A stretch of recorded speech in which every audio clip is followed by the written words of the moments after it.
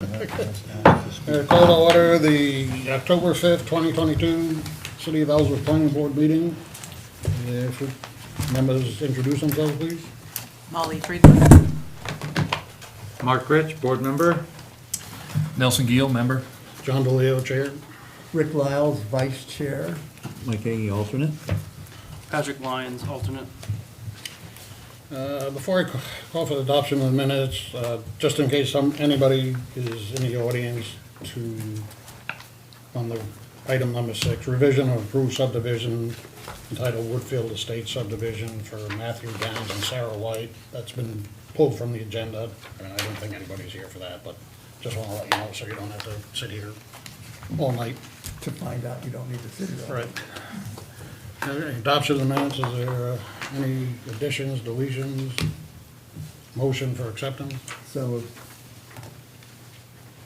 Second. All in favor? Item number 3, review condition of approval for major use site plan and major subdivision entitled Branch Pond LLC, Stone Park. The board's review will be limited to the updated traffic impact analysis received September 14th, 2022 to ensure it complies with the condition of approval imposed September 7th. Is there someone here representing Branch Pond LLC?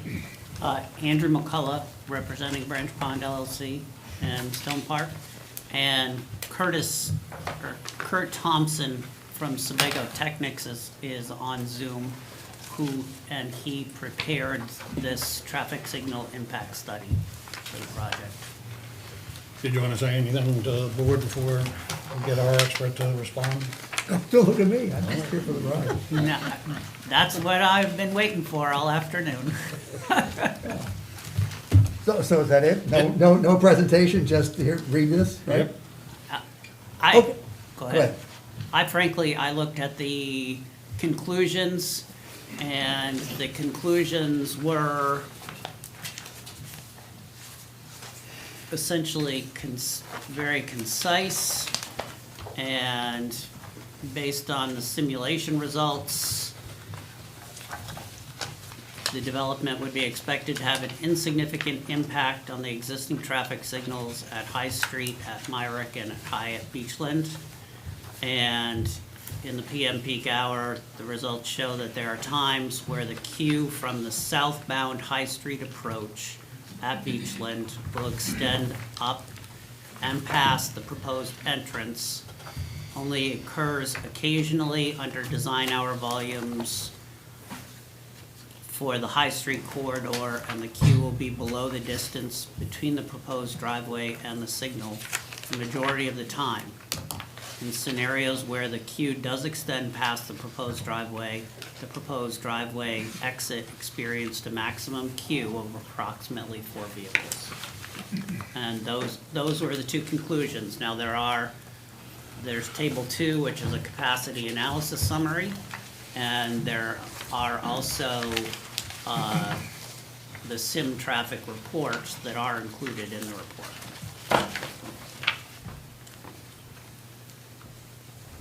Okay, I guess I'll ask a question or two. Go right ahead. I guess my question is, how bad do you think it would have to be before you have to ameliorate something, do something? How bad, how much worse would the traffic conditions have to be over, what's there now for you to want to do something? That's my question to you, to start.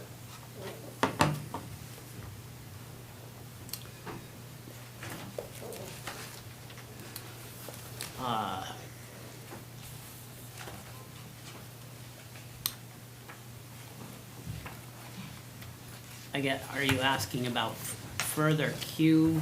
I'm just asking in general, how much worse, okay, would the new development, proposed development, Right. have to make things for you to say, oh, we'll need to do this, or we'll need to fix that? Hello, this is Curtis with Sebago. Is my microphone working now? Sure. Yes, we hear you. So as mentioned, I'm a traffic engineer at Sebago Technics, and I've produced a study. When we looked at the traffic signals. We did a standard before and after analysis. We basically ran what the existing signals are today in the simulation software, and then we added in the proposed traffic and then ran it after. When we do that analysis, we also look at the variation between those two runs to determine if there was a statistically significant difference between the runs.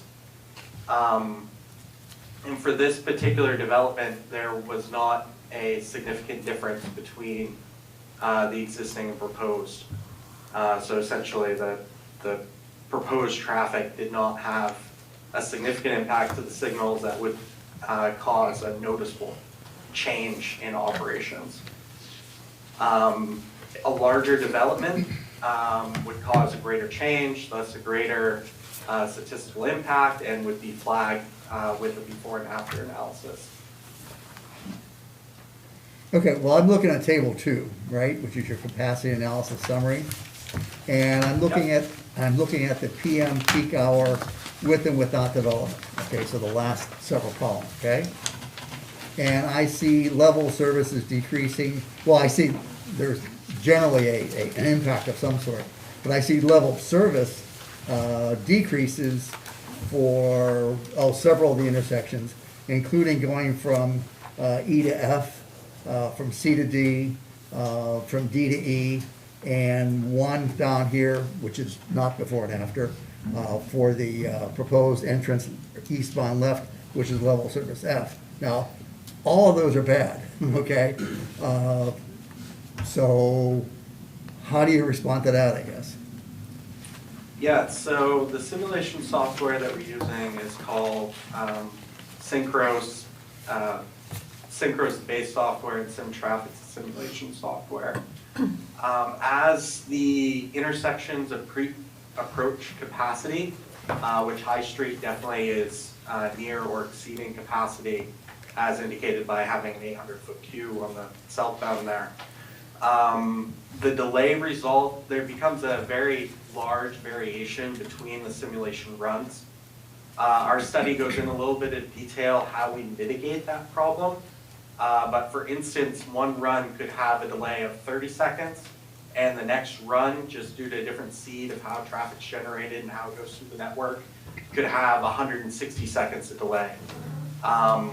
So there's very significant variation between the runs.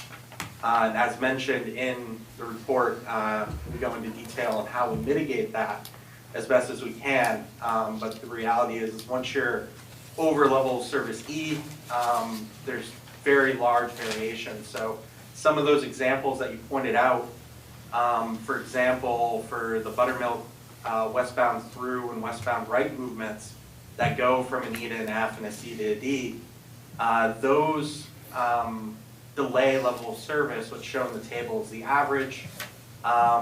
Those had a confidence interval of plus or minus 10 to 15 seconds, just due to the variation between all the runs. So even though the average between those is large, due to the high variation, there isn't a significant or statistically significant difference between those two numbers. And then further, the site traffic never touched those movements. So we would count that difference purely to just simulation variation. So you're saying a simulation variation explains virtually every single movement getting worse with the development in place? And that's statistically significant, or not statistically significant? I mean, every last one seems to me to get worse, some by a second or two, some by 5 or 10 seconds. And, you know, I mean, these are the numbers that your simulation, you know, spewed forth. So I guess, I mean, I understand what you're saying about confidence intervals and so forth, but it still doesn't look very good to me. And I guess the question is, how much better, you know, which I'll go back to the other question, which was, how much worse would it have to be, say for the total for High Street and Beachland Road, which goes from 50.9 to 56.1, how much worse would it have to be for you to be concerned? Can I ask answer your question with a question? I'm sorry, can you answer my, Can I? sure, what the hell? Just, so in my review of this, I became a little confused about whether, so I know that the queuing figures are based on 95th percentile. Like the situation's only gonna be worse than this 5% of the time in a Roughly, year, yeah. I guess. Right. Is level of service also at a 95th percentile situation? Or should it be No, no, measured no, that? it's a question of how long the queue is, okay? And so there's a statistical So they go together. analysis of how long that queue is, okay?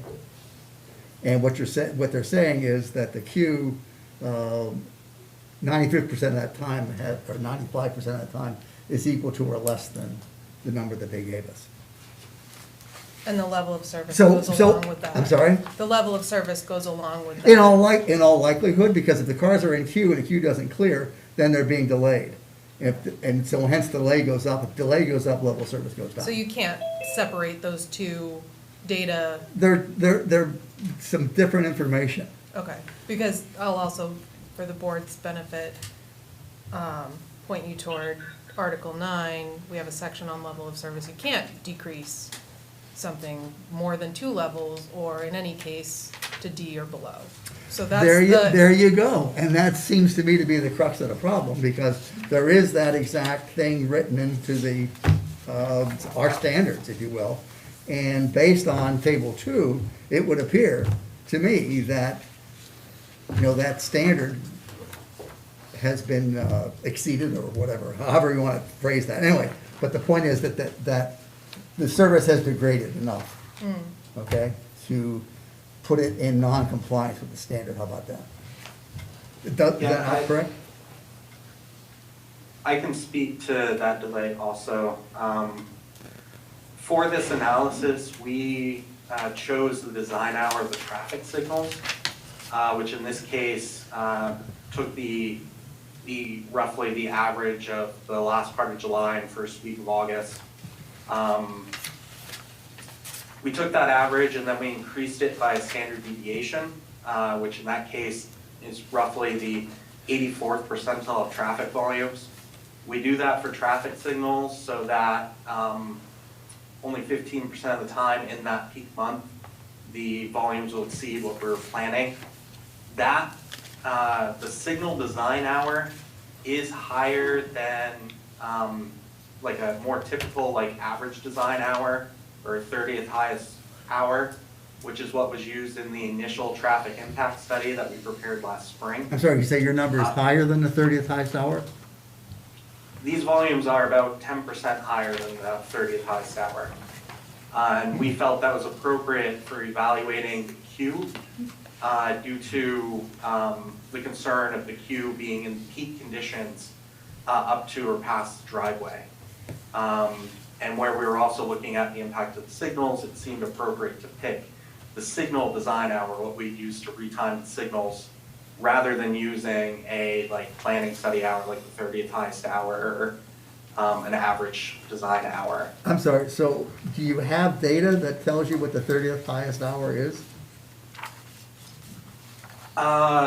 So based off, and this was all in the traffic impact study, so we use the Maine DOT weekly group mean factors, which basically look at each month of the year compared to permanent count stations throughout the state to determine basically the peak in each month.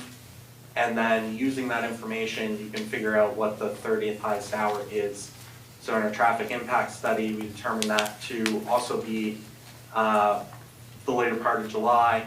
And then that impact study, you typically take the average or 1 day count within that 30th highest hour peak period.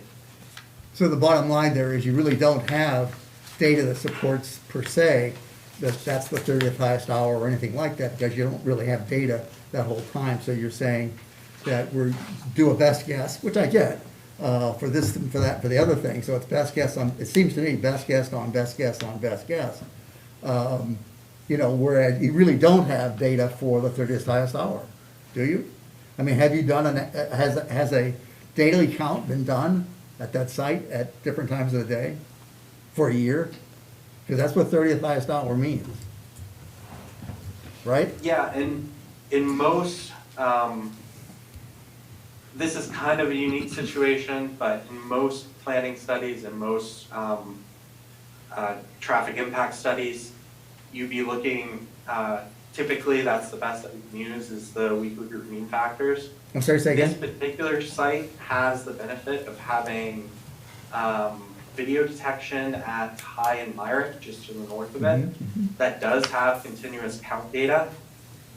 I haven't run a 30th highest hour analysis on that data yet, so I can't confirm for sure whether it aligns with the weekly group mean factors or not. But that count information was used for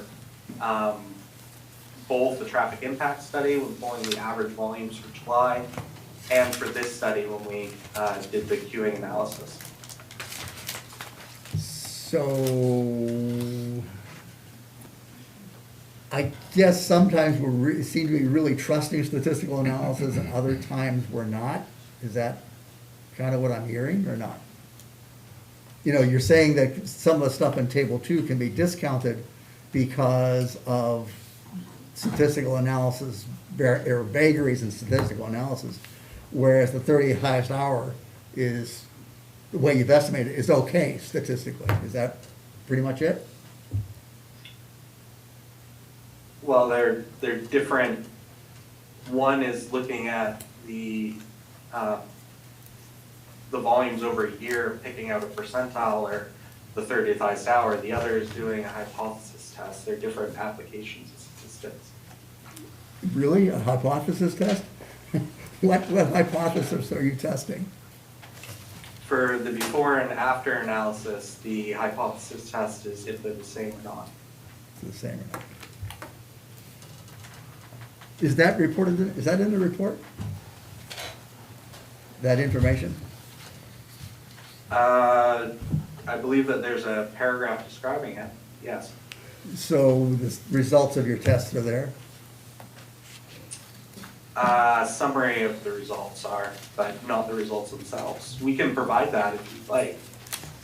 Okay, well, you know, I guess the bottom line to going back here, you know, the only thing that we can look at, seems to me, is, you know, the table 2 type stuff, okay? And the 95th percentile for the queue length, I mean, I get that too. But, you know, the bottom line though is that what you're reporting is if you have level of service F in several instances, level of service E in several instances, you know, these are not particularly good results. I mean, I'm not doubting that you did it right, but those are not exactly good results which support relatively low impact of this development, are they?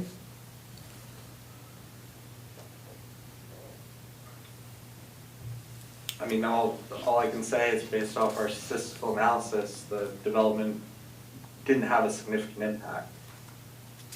Right. Can we Okay. consider, talk for a minute about the practical treatment here?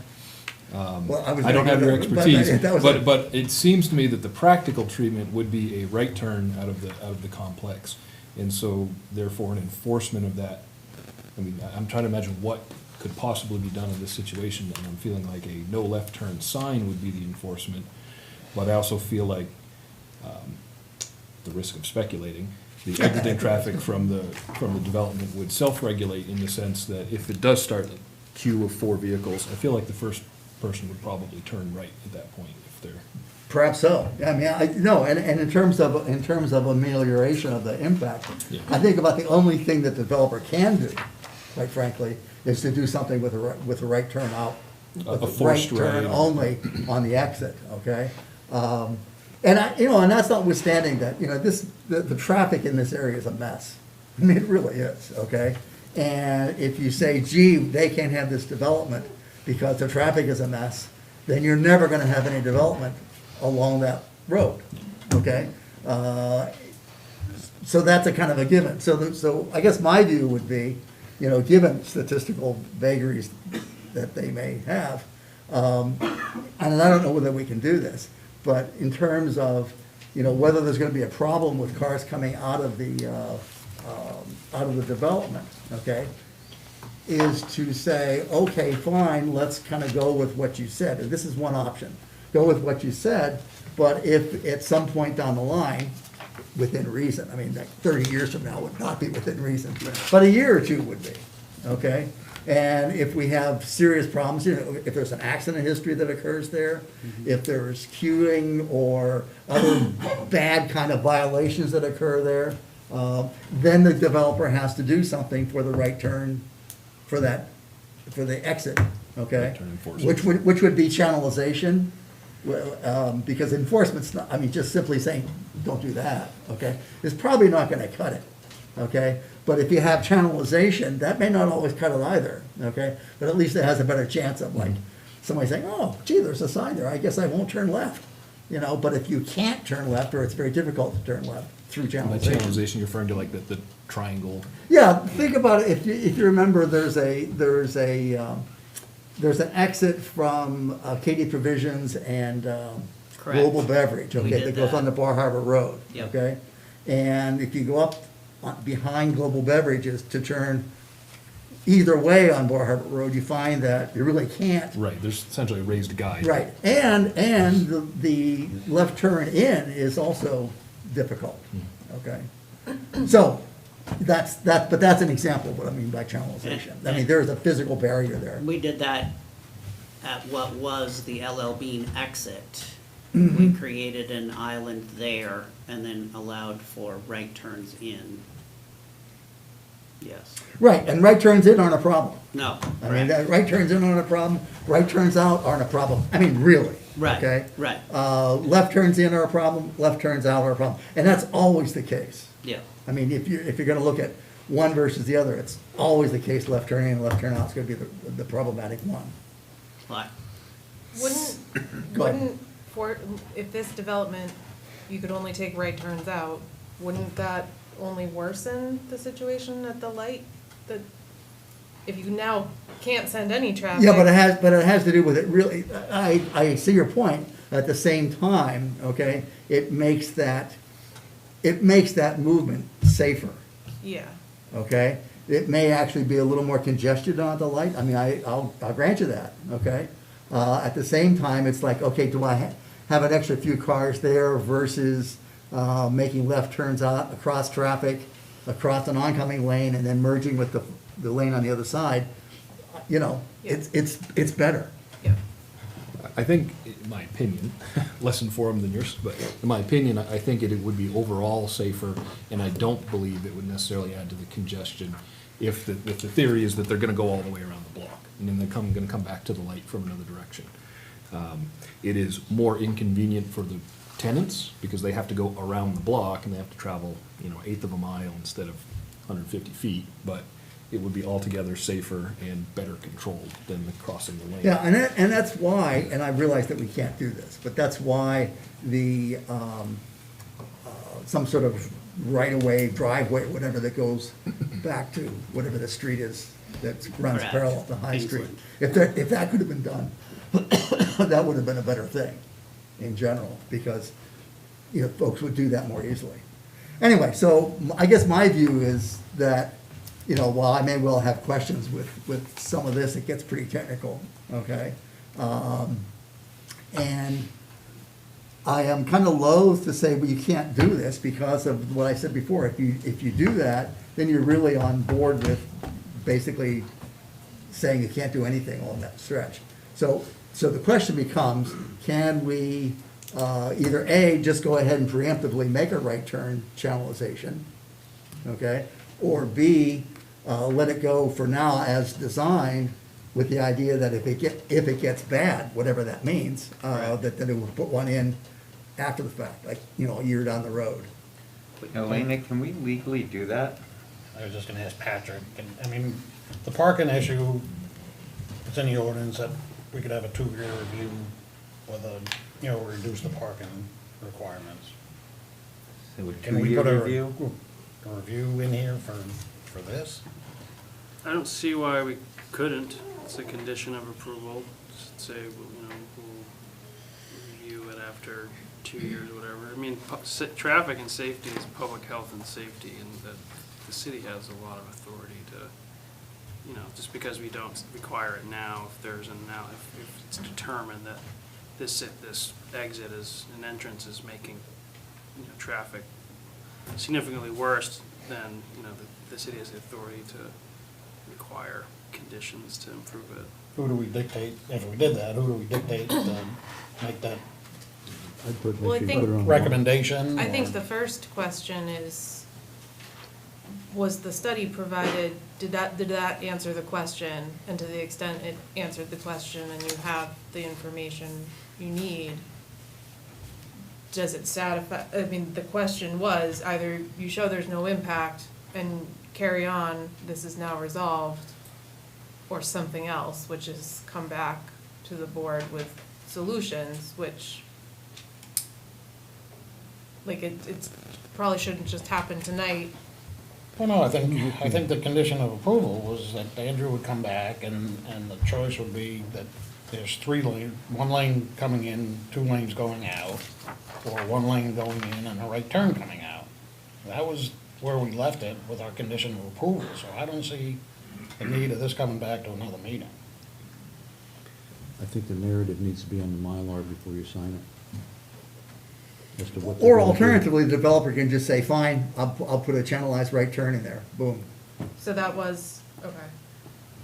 I mean, that's the other option, right? Correct. Is Yeah. like, just say, I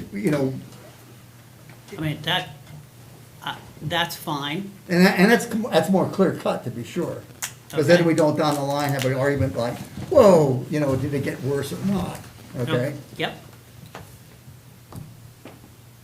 You can see it I'm from- fine with that, or I'm fine with revisiting it in a year. Year after full rental out that year. Correct, Not a year from correct, today. Correct, not a year from today, no. So I'm good with either way, personally. I have a question. So the conditions we approved this project with, the one that's applicable here says, provide an updated traffic study showing no significant negative impact from the project or conflicts between the project and the 95th percentile queue length. That's what they were required to provide us. I'm gonna admit, I didn't follow everything you were talking about, Rick. on That's that. okay. So few people do, Yeah. including years and years of students. Yeah, well, I don't know if I would have done very well in your class, but I read the conclusions and recommendations of this report to say, basically, traffic's really bad there already. This isn't gonna make it any significantly worse, right? Is that a fair I think that's summation? probably, I mean, that's for them to So state, that's how but I think they're- that's kind of it, yeah. Yeah. Yeah, I think it would be hard to,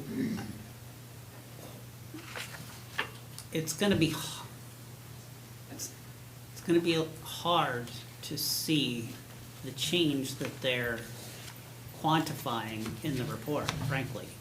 Yeah, so then I think this goes to, if we can't, it's really bad already, it's gonna be hard to tell if, after they get going, if it's making it any worse.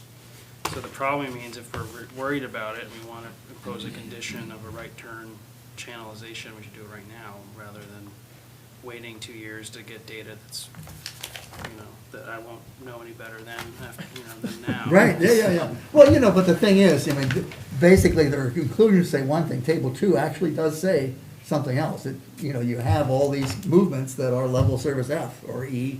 Yeah. That's not a good thing. It's No, think will the grades. right turn Think only, grades. will the right turn only requirement help that? Sometimes not. Will it make it worse? It could make it worse in terms of the queue, because there's more cars that would turn right as opposed to turn left. All right, I don't, I guess. I mean, it gets pretty problematic, and there's a lot of what-ifs. Yeah, okay. Well, those are my questions. I don't have any. In my layman's imagination, I imagine it being safer and more efficient with a right turn only. Oh, I think that's the I don't case, have all sure, this yeah. science behind my Yeah. opinion, but that's how I imagine. Well, it. everybody's an expert in Yeah. traffic engineering, as it turns out, because we all drive. And I guess what I'd like to direct us back to is if the developer's okay with doing it now, which I think they just said they are, That's what I heard. let's just go that route. I agree. Because on one side of the scale, you have safety and efficiency. On the other side of the scale, you have convenience for the towns. I think it's a reasonable argument that it's not strongly biased one way or the other. And if the developer is okay with the channelization, then I would say let's And go how would you that like to put that in the form of a motion? Whoa, see, stuck you with that, man. Well, I guess I need some help with the process here because we had a motion last Do we have a problem? session and We can just make it, so they've come back, and I think we can approve, the project, based on these findings, subject to a new condition, condition 5, that, or that channelization will be, right turns channelization will be installed, for the project. Simple as that. So are you making that a motion? I'm not, I was just suggesting. I can take a crack Yeah, at it, sure. see how badly I can do this. I'm thinking language along the lines of the prior motion is upheld with the condition of the channelization of the right turn. Okay. That's pretty good. Is there a Which public hearing on this one? you'd like to see on plans No, I think before not, I signing think them? not. Yeah, sorry, I think Lynn. we'd want to see it on plans before signing. Oh, absolutely. Yeah. Yeah, no, so it's on the, it needs to be on the plan, and the plan, and that plan gets signed, and then they have to do it. That's no wishing and hoping. Perfect.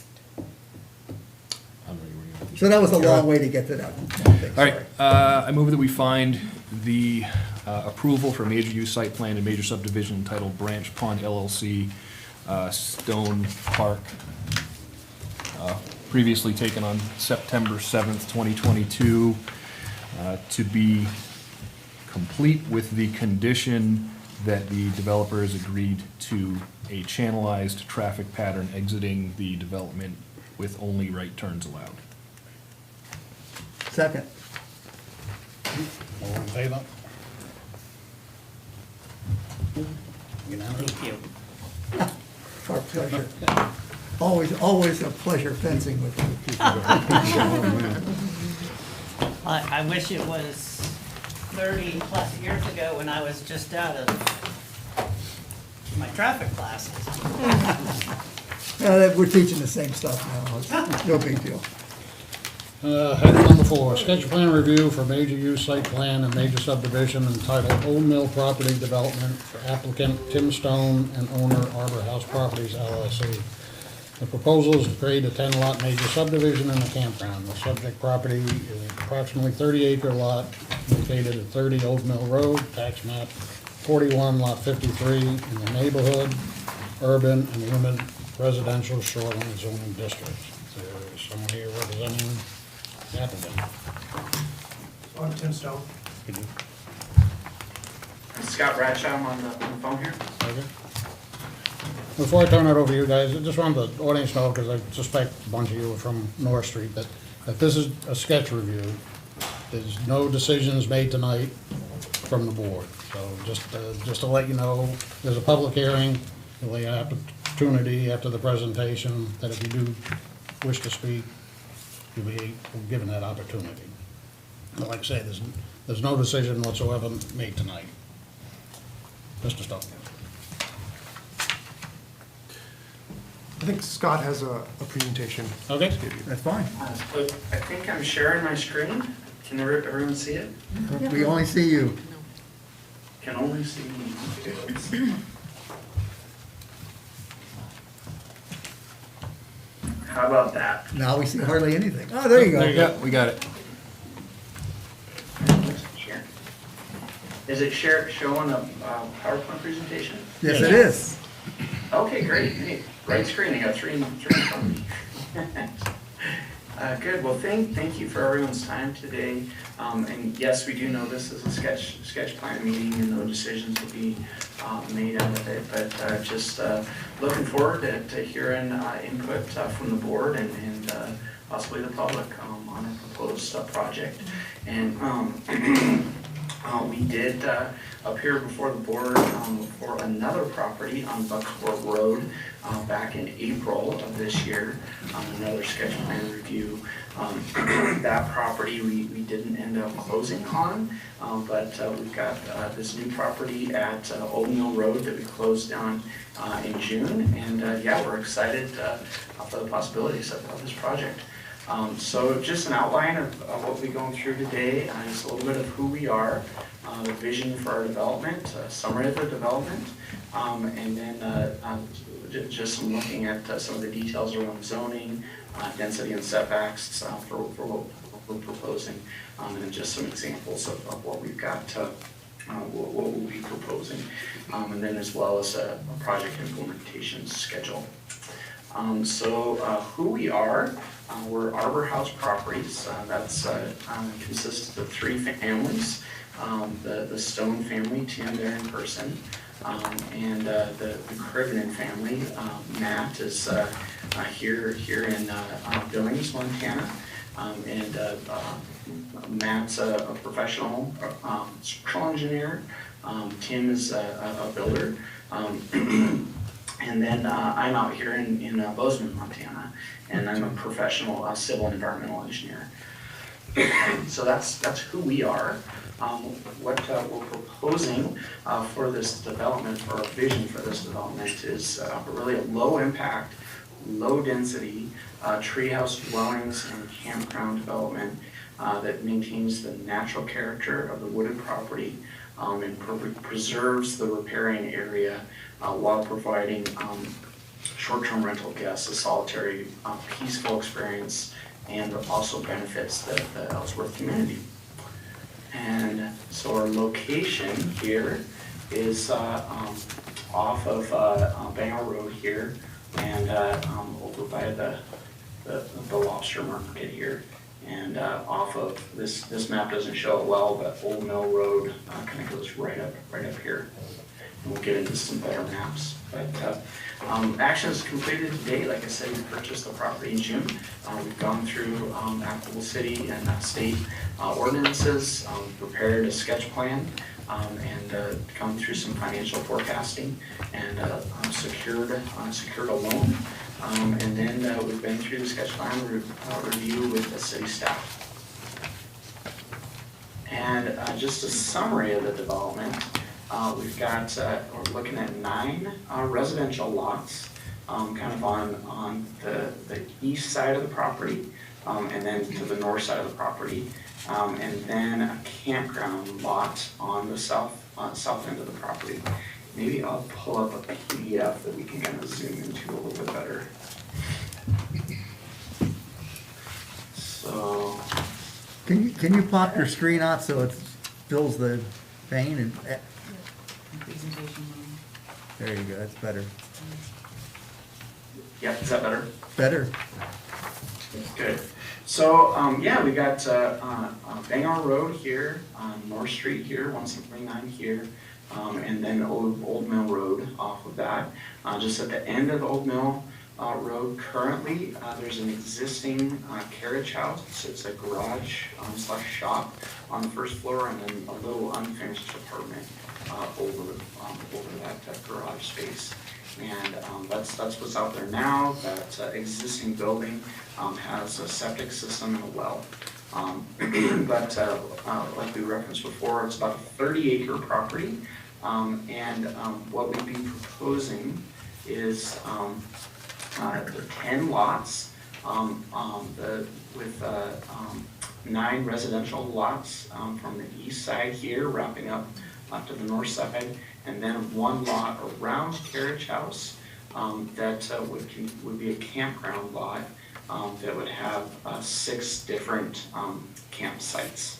And then the existing Carriage House there would really function as a residence for a caretaker for the property, a warming and game center, and as well as a laundry facility for the development. And the intention with these is obviously a campground, short-term rentals, but then we'd be building tree houses that would be built as dwelling units, so meeting all the, the city and applicable state and building code requirements for for a dwelling unit, including those being a minimum of 500 square feet, and then providing water and septic services to each of those tree houses. But we would rent those out as short-term rentals. And so other features of the development, we'd have an access road down the kind of the middle of the property and shaping of some of the contours of the property. We have a storage shed out next to the carriage house where we can store tents when we tear down for the winter. We'd have a fire turnaround at the end of the access road. We'd have snow storage areas, and then we had this bullet on here, but I think it was just a vestige of a previous conversation. We're still in some conversation with the city staff on whether we're supplying it with a water line or wells, a water line tapped to the city main, and then if we need cisterns or if we need hydrants. So, but either one, we'll have fire cisterns or fire hydrants out there. And for the zoning that's out there, there's an urban zone that's right around the carriage house. There is a limited residential zone that is adjacent to the Union River here, 250 feet off of the Union River. And then there's a neighborhood zone that's kind of on the eastern portion of the property. In that urban zone, campgrounds are allowed. In a neighborhood zone, residential dwellings are allowed. In that limited residential zone, residential dwellings are allowed with CEO approval, and then campgrounds are allowed with planning board approval. There's a little tip of wetland zone up here, but we don't have any planned development for that area. So just the two areas that we talked about for the site plan, we have a campground lot that would span that limited residential zone and the urban zone, and then the treehouse, so 9 lots. I'm only shown as one area here, but 9 lots that would span the neighborhood and limited residential zones. And for the density, like we said, for kind of our vision for the development, we're looking for a low density development, and so everything we're proposing here is much less than what is allowed by the city ordinance. So the campgrounds in that shoreline zone, the code says a minimum of 5,000 square feet for each site. We're proposing like 20,000, so half an acre, right? And that's not including any of the floodplain area, I should say. The lot size is 8 acres versus the minimum of 2, and then the setbacks from side and backyards is about 10 times greater than what's required for a campground.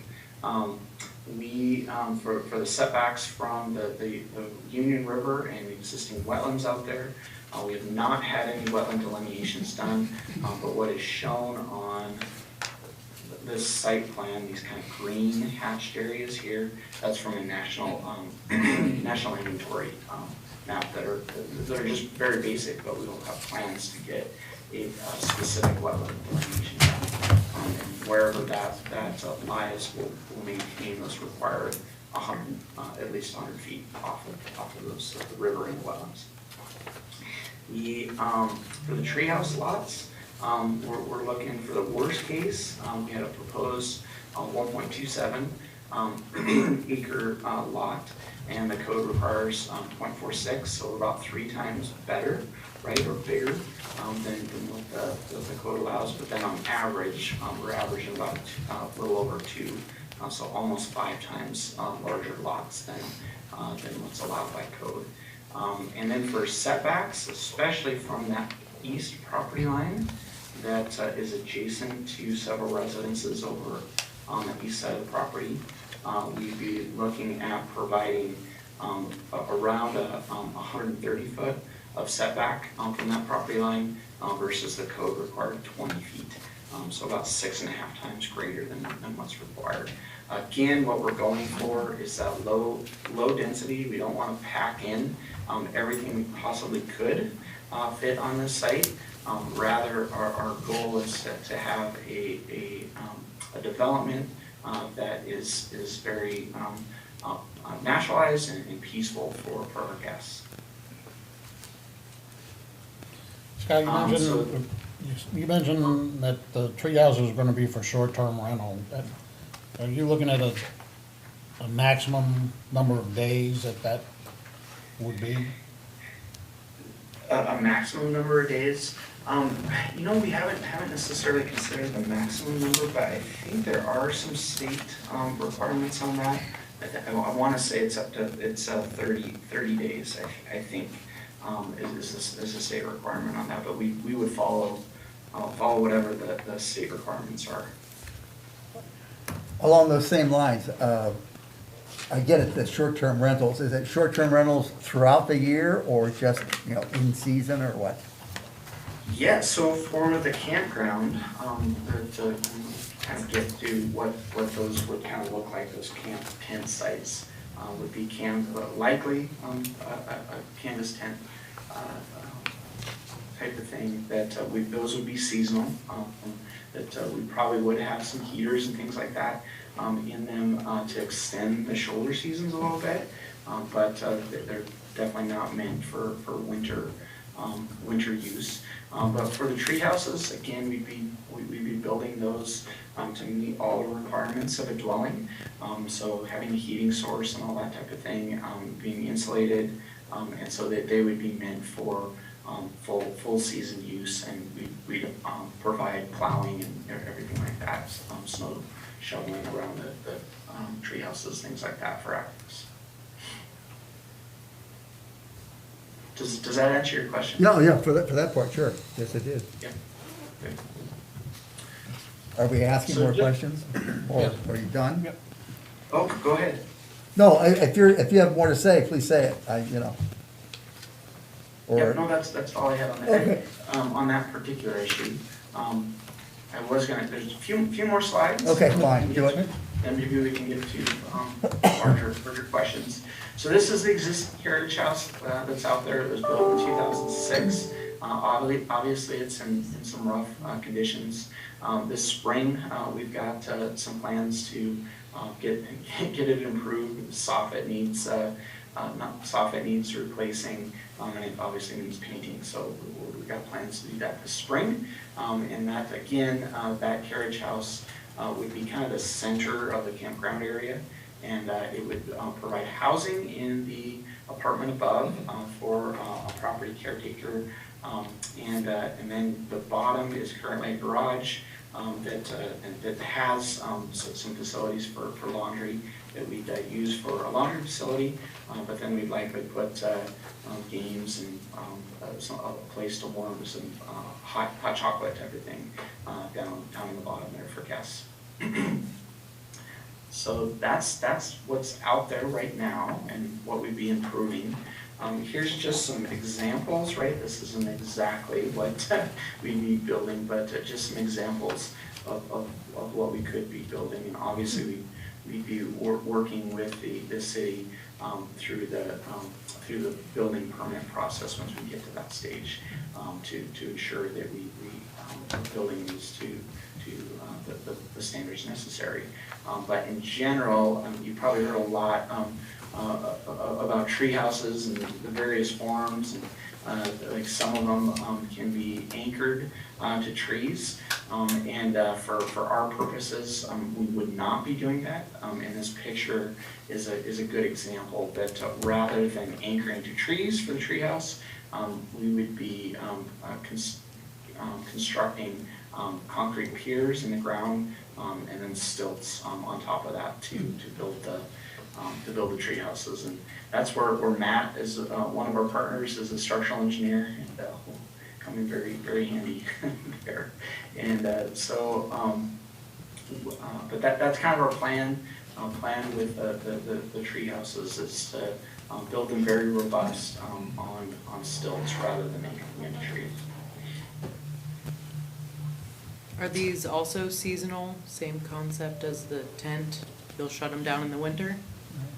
No, these would be full, so the tents are seasonal, but since we'd be building these as a dwelling, with insulation, heating, everything, and we'd be plowing roads, providing snow shoveling around for access, we'd plan on operating these year round. With short-term rentals throughout Correct. the winter? Correct.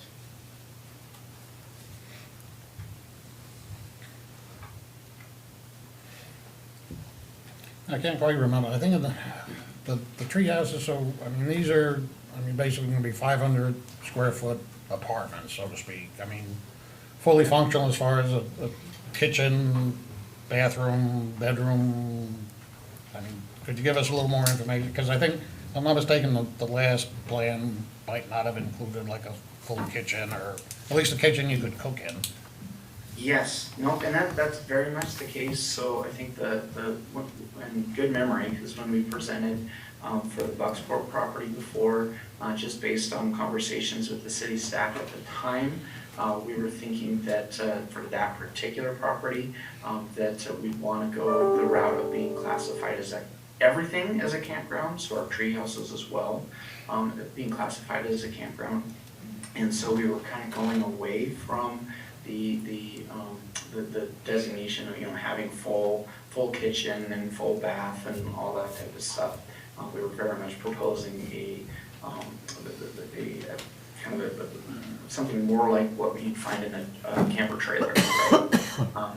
However, now that we've got this new property, where for the majority of the property is zoned as neighborhood, where we'd rather put in dwelling units, and that's what's allowed by code.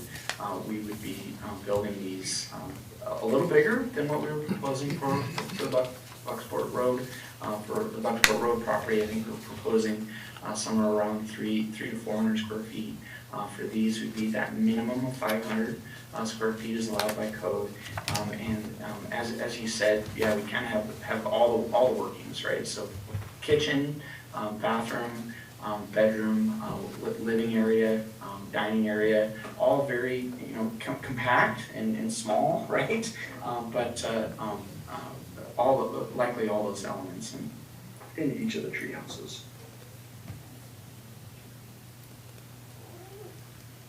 Have you gotten far enough into it to decide whether there'll be city water, city sewer, or combination of Yes, public so I utilities? think we're clear with going through the sketch plan review with the city staff that we need to connect to the city sewer and the water based on our proximity to existing facilities in Old Mill Road and in the main road there.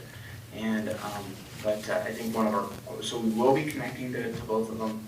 One of our questions that we still have is whether we'll be, since there's only a 2-inch water line in the Old Mill Road, if we need to provide hydrants connecting off of that, or if we just provide that to the extension of that 2-inch line out to just feed cisterns.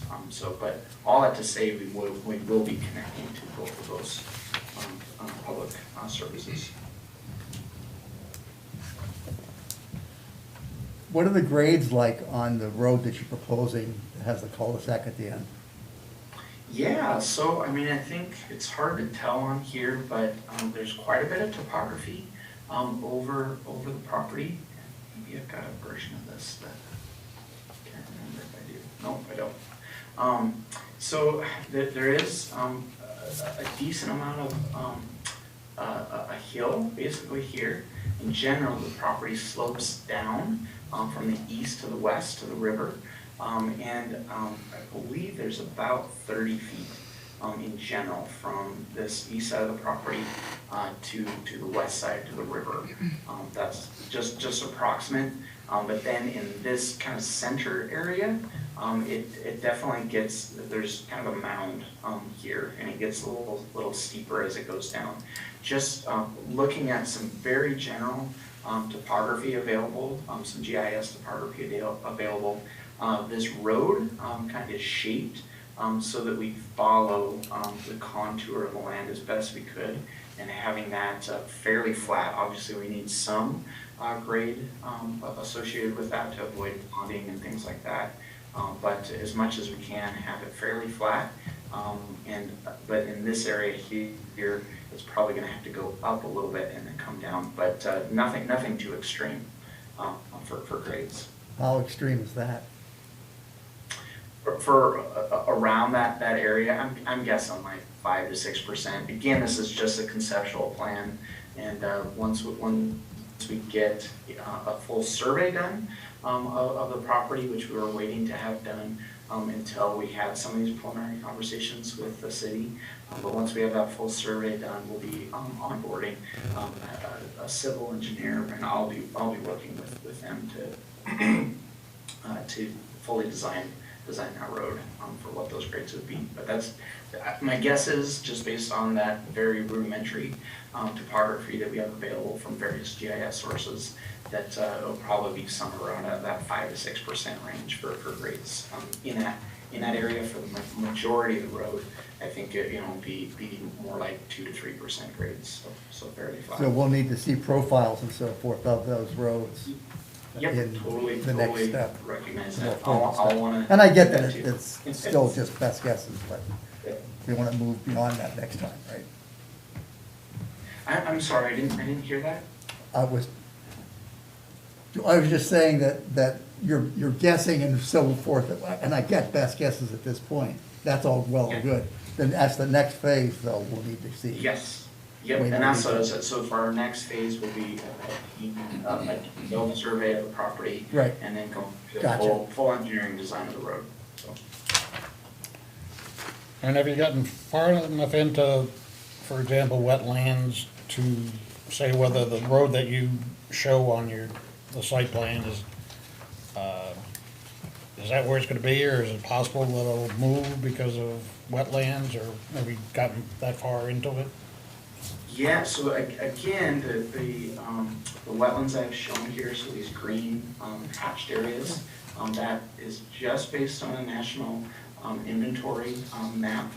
So those are very general, but we will be doing, as we move from the sketch plan phase to the preliminary phase, we will be having a wetland delineation done that firms up, right, the possible wetlands that the national inventory map has identified next to the river, but then inland too, if there are any out there, we'll identify those with those surveys and adjust the road and the development, right, if it, maintain proper setbacks and things like that from those wetlands if necessary. But just walking the property, Tim's been out to that property several times, and it's pretty, once you get away from the river, not even that far, 50 to 100 feet, it gets pretty high and dry. There are this kind of outlet from this pond up here that flows down that we'll obviously have to work around, and there may be some wetlands associated with that. And I think there may be a couple other, Tim, right, at least one other area where there's some intermittent kind of creeks, or not, creek isn't the wrong, spring is probably a better description of those types of water sources.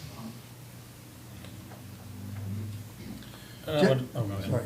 I would guess, I would say that, in your presentation, you referenced that the planning board could approve a campground in that zone. However, from staff, that doesn't appear to be their opinion. Perhaps Elena could.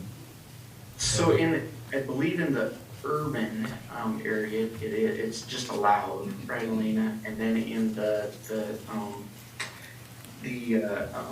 limited residential, at least how the limited residential reads, is it says it can be approved by planning board, but you're right, I think Elena got a bit different opinion on that. So, Right, so you've got the limited residential shoreland zone where campgrounds are permitted with planning board approval. So you can see that in Article 4. And then you have the urban zone and the neighborhood zone. And it's the neighborhood, sorry, the urban zone, oddly enough, is the one that permits a campground, whereas the neighborhood zone prohibits it. So, part of the discussion that we've had, and, there's no like formal written determination yet, but it only makes sense to me that the shoreland zones would function as an overlay on top of those underlying, urban and neighborhood zones. It shouldn't, the limited residential shoreland zone, you know, following the riverbank, shouldn't be more permissive than the zone outside of that 250 feet. So that has been where we've differed at the sketch plan TRT level. So I think what Laurie, code enforcement, and I should do is get them a true determination about that, based upon the ordinance and advice we've received from DEP as well, since our shoreland zoning essentially follows the state guidelines for shoreland zoning with some minor tweaks for local applicability. But so far, our sense is that campground would not be permitted where limited residential overlaps neighborhood. So I think just, So in general, though, what you're saying, I think, is that the more stringent zoning is what applies. Right. In overlay type places. Right. The thing that's not necessarily written super clearly is shoreland as an overlay. So, Okay. but I'm willing to, you know, based on what we've learned, and I think Laurie's on board, willing to, you know, make that call and let it be appealed if that's what it needs to be. And if for some reason the body with the role of making that decision found that we were wrong, that would be one thing, and that would also give us reason to take a look at the ordinance and make sure it's written clearly. Down the line. yeah, I think that's an important next step. This is There's many steps. two uses blended across 3 zones. Yeah. This is anything but vanilla, so. Right. Yeah. And It is I rather think that's the creative. only thing we're questioning with that kind of opinion there, is just that it's not clear within the code, at least our reading of the code, that limited residential zone would be an overlay of the kind of upland zone, for lack of a better word, so that the neighborhood zone or the urban zone upland of it seems to be written as a standalone zone. Just in particular with the section of the code just saying campgrounds and limited residential, planning board approval, and doesn't make any mention of what adjacent zones, how that would impact. And but we understand that the city has process and has setting precedent for all kinds of other things, and so whatever the staff comes out with there for a determination, we'll choose what path forward we want to take. And as we understand it, based on conversations with Alina, it's been very, very helpful, is that we've got a couple paths forward. We could either appeal that decision through the, it's not through the planning board, right, Alina, it's through the appeal board, Board of Appeals. And that would be one path that we could take. Another path that we could take is apply for a rezone of this area, kind of up gradient of where we have proposed as a campground.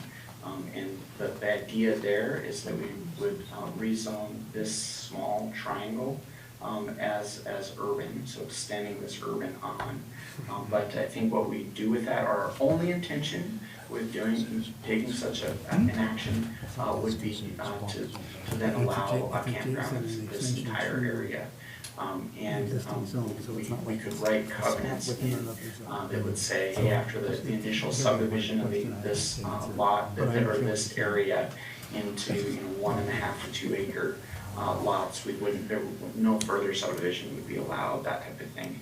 And just so we're not, saying, hey, we're gonna rezone this as urban, and then we would have it down the road. Well, then you could go in and build, 50 units in that area. That's not our intention, right? With going the rezone route. The only reason we would do that is to be able to have a campground next to it. And the third option that we could see, if that's still, if that route is not available to us, would be just to put a campground, and we instead of 6 sites, we probably only would get 2 or 3 sites just within this urban zone, so just this small little area down here right next to the carriage house. And if we needed to do that, we certainly can. But we prefer to implement our campground as we have it shown here, kind of spread out, and instead of compacted down into this. I zoom in on this area here. Basically, see if I can mark it up. So basically, this area here is the urban area. And that would, as we understand it, in that area, the campgrounds would be, a camper would be allowed by use. And we prefer not to jam in 2 or 3 into that area. We prefer to spread out 5 or 6 campground sites through this area. But if we need to, we could certainly fit them all in that urban area. But as I understand it, those are the 3 routes that we have available for us, and I think we'll just be waiting for the city staff, Elena's determination on whether that overlay of the neighborhood zone applies to that. I think that so the zoning questions are fundamental, and those need to get ironed out. If we skip ahead a little bit, other things to consider, presuming we're able to get past the zoning. I'm curious about the structures with the elevated structure and kind of the lifted foundation, or whatever style you call that. Yep. Can't say we see a lot of those around here, and it's Yep. a year-round operation. I'm just curious, like from a plumbing perspective, how you would winterize and keep those things from freezing. Yeah, no, absolutely. So we would just have a chase that's down one of the columns, right? And that chase would be insulated, and then it would also have a heating element that would heat both the water and the septic lines. I guess a question maybe for Lori. Have we seen anything like this, or is there? No, I've never seen anything like this. Okay. There is, just for reference, over just north of Portland, there's several that are very much like what we're thinking. Stepping back, so we can expect clarification on the 3 alternatives and all that stuff before it comes back to us, is this correct, hopefully? Yeah, we'll work on a letter shortly. Okay. Get that out, and then they can make Do whatever a they need to do. decision. Okay. But yeah, I don't think that you should have a preliminary plan With or that final still hanging plan out there. review where If you we can't go approve through it. things that don't meet the zoning, Okay. but a sketch plan, Does Ellsworth have contract zoning? no. No, they just do rezoning, that's it. Right. Yeah, okay. I think my thoughts are if the staff issues a decision where it finds that the use, you can't, it's not a permitted use, that they should appeal it before they file any kind of zoning change request. So you have a definitive answer from the Board of Appeals, which has the state statute gives them the ultimate authority on ordinance interpretation, so, because if they disagree with the city staff, you don't have to go through that process. So I don't see it as 3 steps, I think it's, you should appeal if they find against you and get determination from the Board of Appeals. If the Board of Appeals finds against you, then you would want to seek the rezoning. I wouldn't not appeal the decision and seek the rezoning, if that makes any sense. Yeah, that's the sequence that we probably will go down. Okay. And so, just to be clear, you're saying like the preferred route would be to first appeal before rezoning, before going to rezone? You can do it however you like. I think that just makes the most sense because the Board of Appeals has the ultimate authority on ordinance interpretation here. So I would want them to definitively say, no, you can't do this before you seek a rezoning. Because they could say, no, city staff's wrong, and then you guys are good to go and you don't need the rezoning. And part of the reason I haven't, or we haven't, it's really, code enforcement is more charged with administering zoning, but I don't want to make a determination that's wrong, so I need time to put it together and point to the right sections. And there is some confusion about the whole thing. Yeah, and we recognize, we've said for when we were proposing for Bucksport, and now here, we recognize that what we're doing is unique, and for this particular property, the particular zoning that we have, it seems like the campground, right, is the portion of it that is the unique fit, right, for the zoning out there. And so we recognize it's not not just a rubber stamp on these things, and recognize that there's some process that needs to go through, and appreciate the city for all their efforts there. On another note, please note that we're gonna need to see traffic impact analyses on the intersection as the development stuff comes out onto the street, and then onto, was it North Street, comes down to 1A as well. So, you know, just be forewarned. So that needs to come in with the, I mean, for my money, that needs to come in with the preliminary.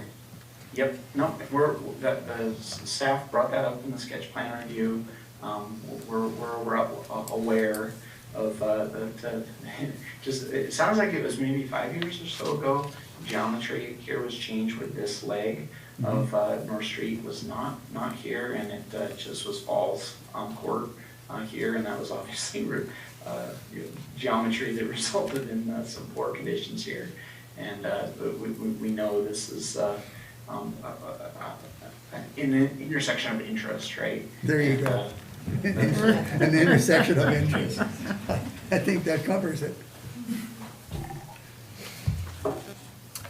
Early on in your presentation, you mentioned one of your mission points is to benefit the city of Ellsworth. I'm just curious what your perceived idea of that is. From a couple, obviously, a few jobs, right? So we'd have a caretaker on the property, likely needing additional cleaning resources as well. And then there's so just a few jobs there, and then just the tourism, right? That would be the guests that would come in that would provide some benefit to the community with just their dollars spent in the community. Am I remembering correctly, originally when you came to us on the Bucksport Road, you had been talking about putting some sort of like community hiking trail, or is that something you're considering here as well? For this property, I think we're thinking, I mean, we definitely have trails that would connect in, and once we get through some of the details with moving towards the preliminary plans, I think we would incorporate some of those details for just interconnectedness within the development itself. But for this particular property, there's not great area that's kind of segregated for like public use type of thing. And so I think we would be looking to have trails through the development, but likely just for guest use. Gotcha, thanks.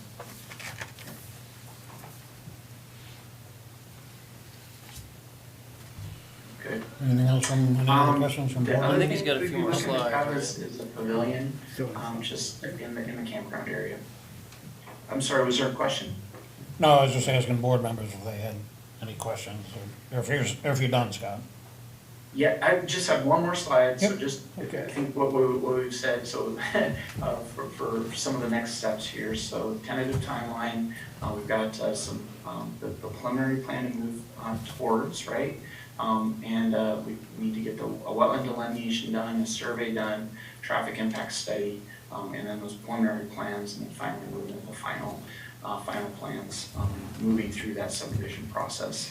And what I miss here is at the very beginning of this, we need to have this zoning determination, right? And once we have that, our intention is to get all of our permits next spring and start construction on the campground, including the infrastructure needed for that campground. So that would be the access road, the septic, the water for that campground.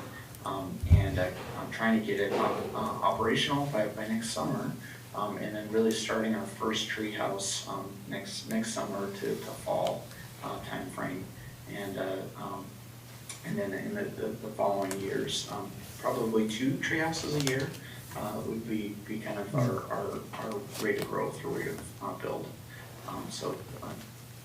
Yeah, that's kind of the timeline we're looking at. But that's the end of the presentation material I had. Any final questions or additional feedback? Any questions? Mike? No, I'm good. Any additional comments from staff?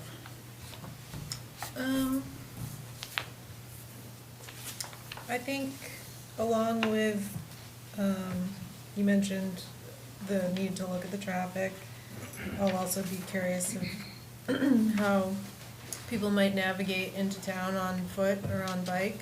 You know, if they're here to recreate, we have amenities right nearby, we have a trail, we have sidewalks.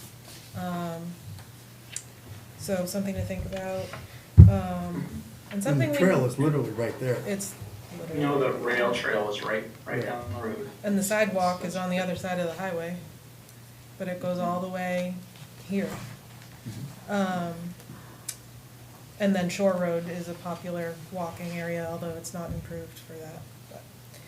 But another thing that I don't think it ever came up at sketch plan, but I'm just kind of curious about what the relationship will be to the river, whether there's, you know, any kayak or canoe rentals or swimming, that kind of thing, so.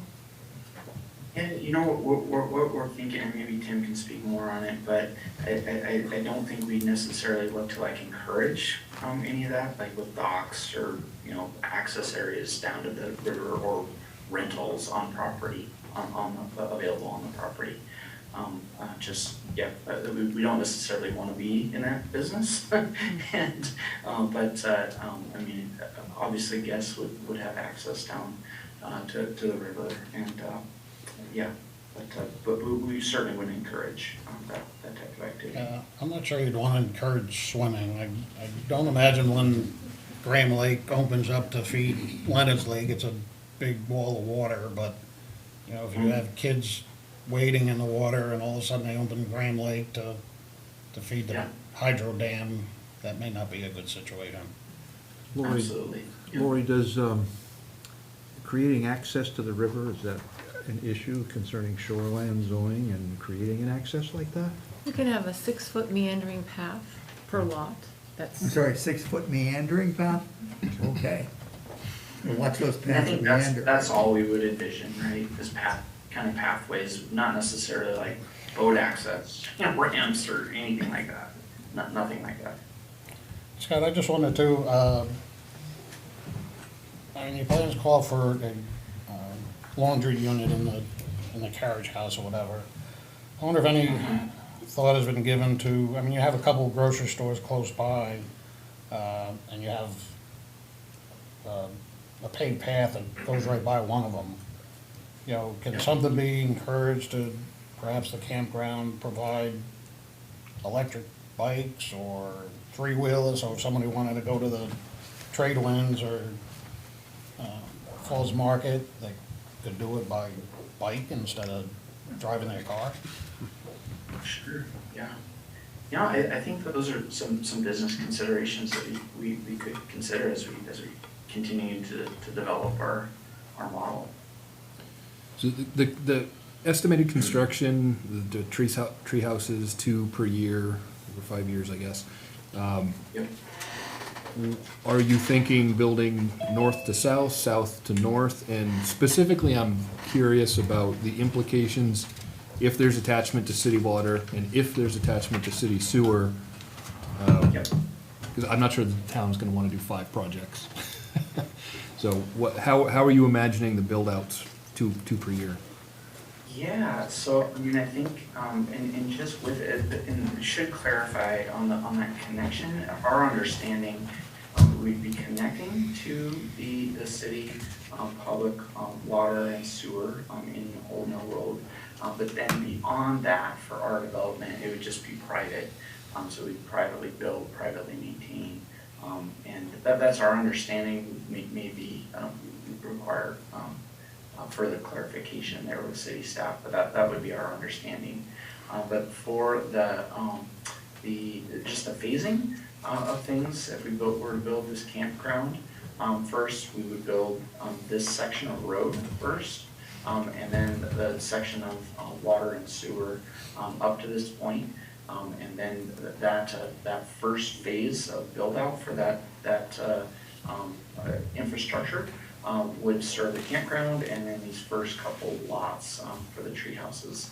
And then later, that's exactly right, we then move towards the north, so from south to north. And then the next phase would build out this section of the road, and then the water and sewer associated with that as well. But we would design it all up front.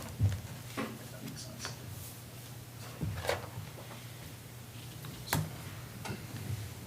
Anything more?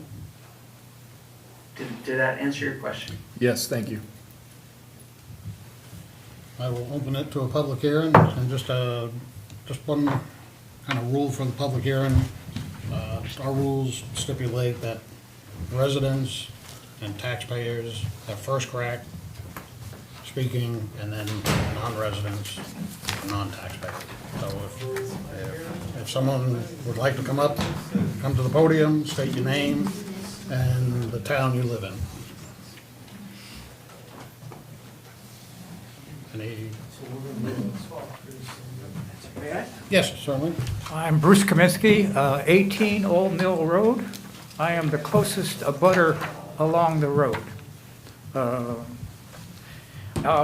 I'm struck by a couple of things that I've heard, and I want clarification. You are connecting, who am I speaking to? You are connecting to city water and sewer. When I read the sketch report.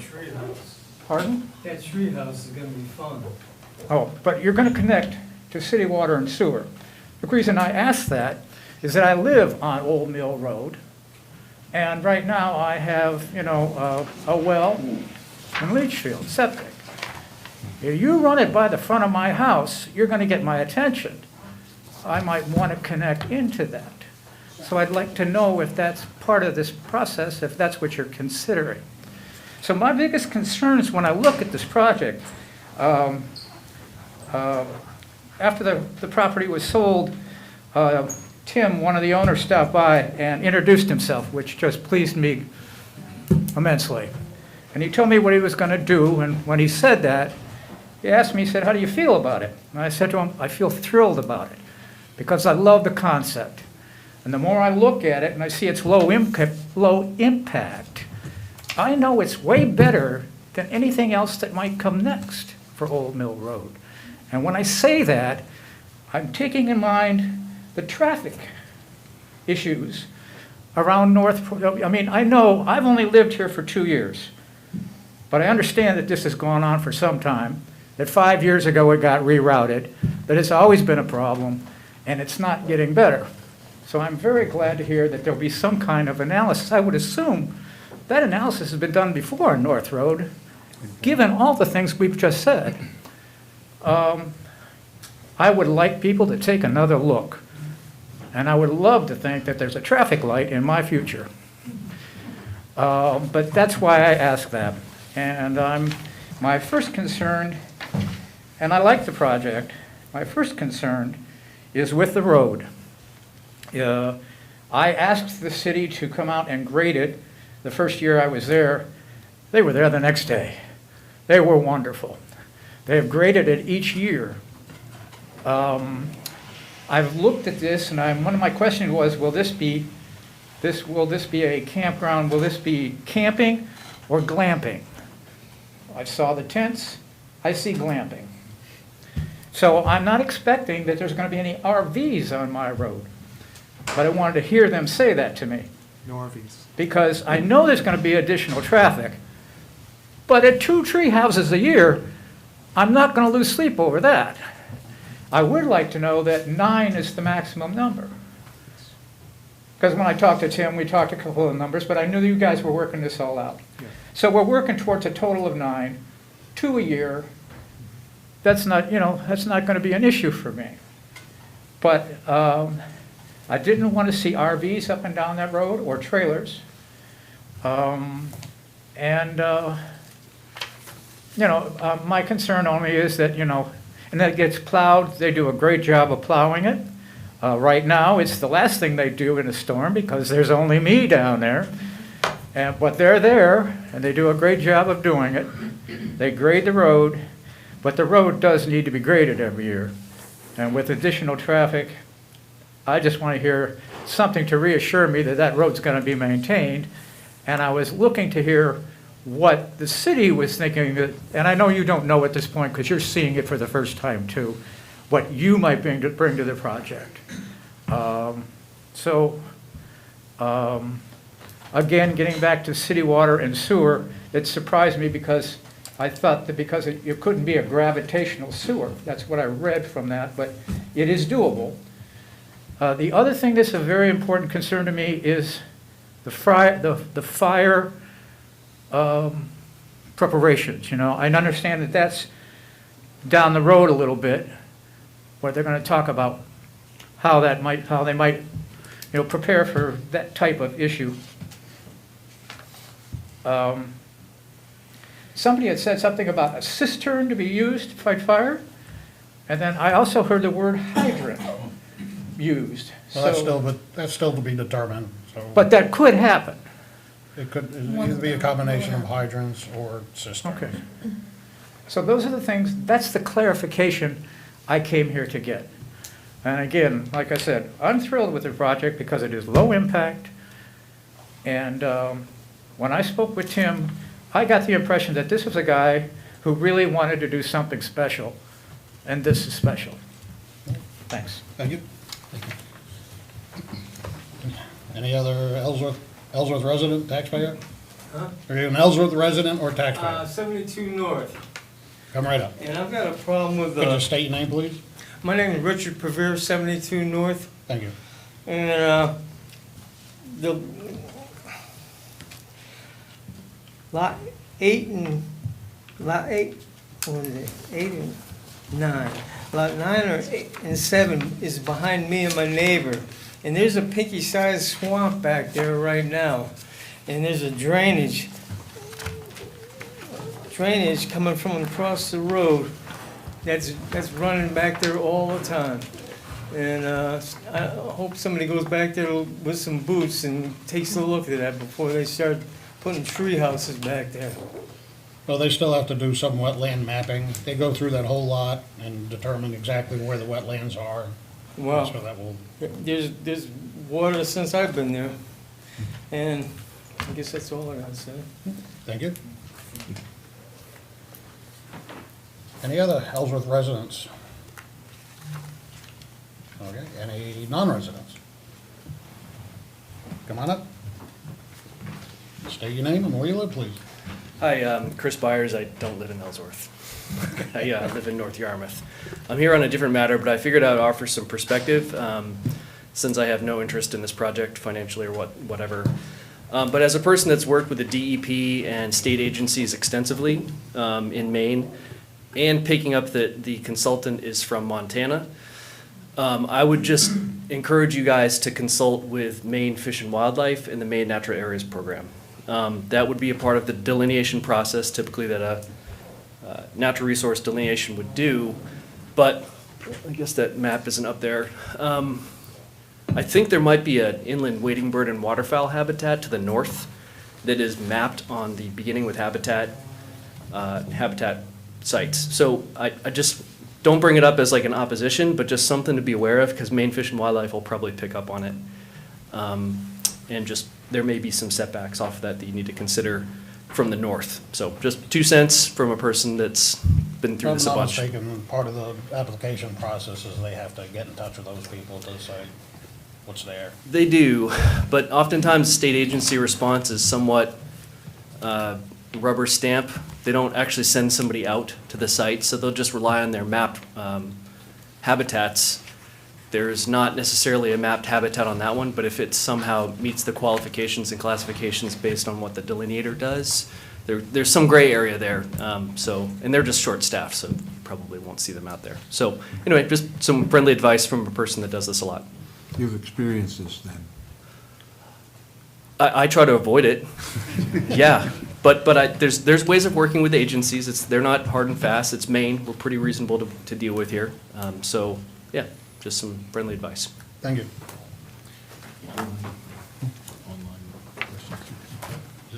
Anybody online? Oh, come on up. Something about those tree houses, I've got some plumbing experience and having a septic system and water, is that gonna be there in the winter? Yes, if there's, That's gonna be trouble. It might be trouble during the summer, I mean, that's for them to figure out how to do it and make it successful. well, unless you have a leach field right there or something, but it's all swamp. Well, I mean, if I they're mean, I haven't, if they're connecting to, I didn't put my boots on and if they're walked back connecting to there, a city but- sewer, you won't have a leach field or a septic. It's a swamp.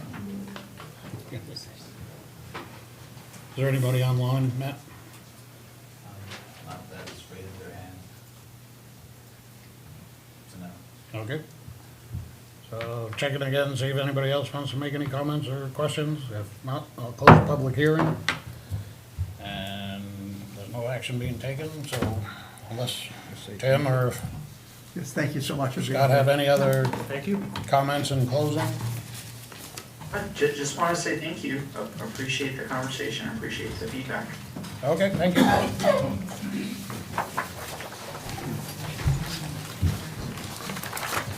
Just as a point of information, is this likely to come up next month, or are we further out than Maybe that? not quite that quick. Okay. I wish people working that fast. It just, it means nothing one way or the other, I just was curious. Hey, Molly, could you turn that dial behind it?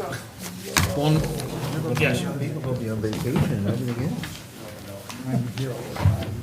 My heart is in the work. Oh.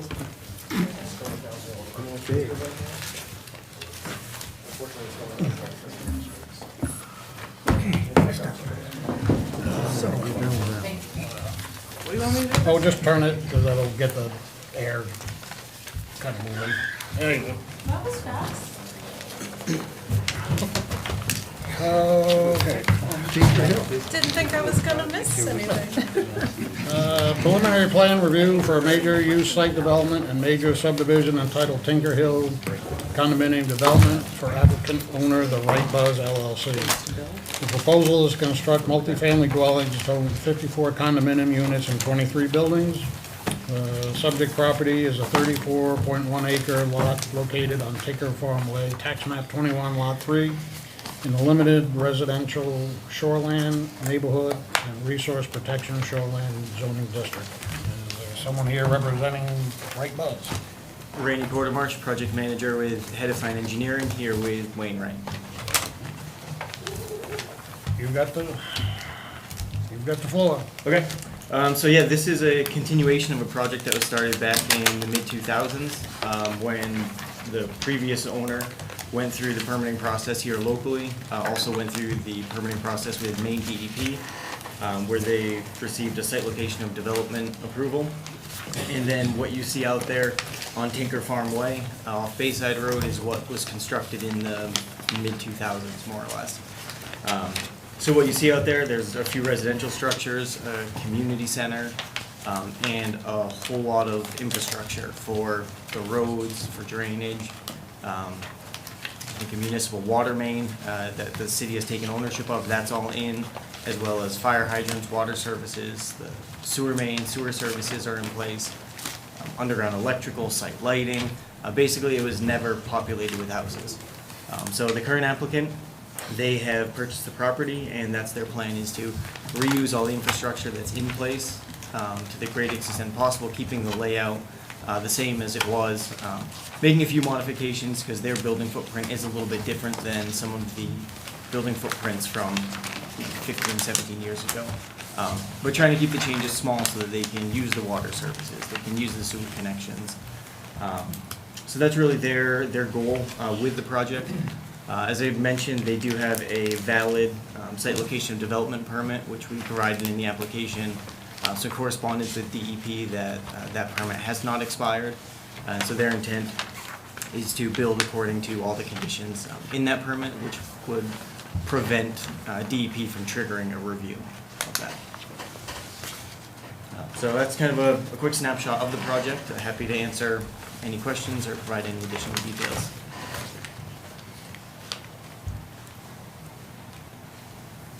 I'm assuming you're looking to develop this over time, and what would be your time frame and which, I mean, you started Blue Heron Way, or kind of which way are you building out? Yeah, no, that's a good question. I know, I think the plan is to develop it over 5 years. They're ready to start, as soon as possible. So they get approval through the city, and, winter conditions allow them to get started. I think they're eager and ready to go. Wayne, do you want to speak to where you'd start? I think we're gonna start with the 3 buildings. I can't remember the number. These ones here. 2, 4, 6, 8, 10, and 12. And that loop is where we're planning on starting. So as you enter on the existing road, you've got 2 existing buildings on the left, 1 existing on the right, and then there's a small loop drive that has 3 buildings on it. So that's what they're looking to start in. Okay.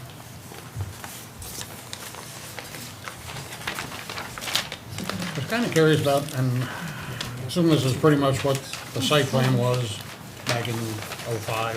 Very, very close, yes. I just kind of wondered, and in looking at it from an aerial view,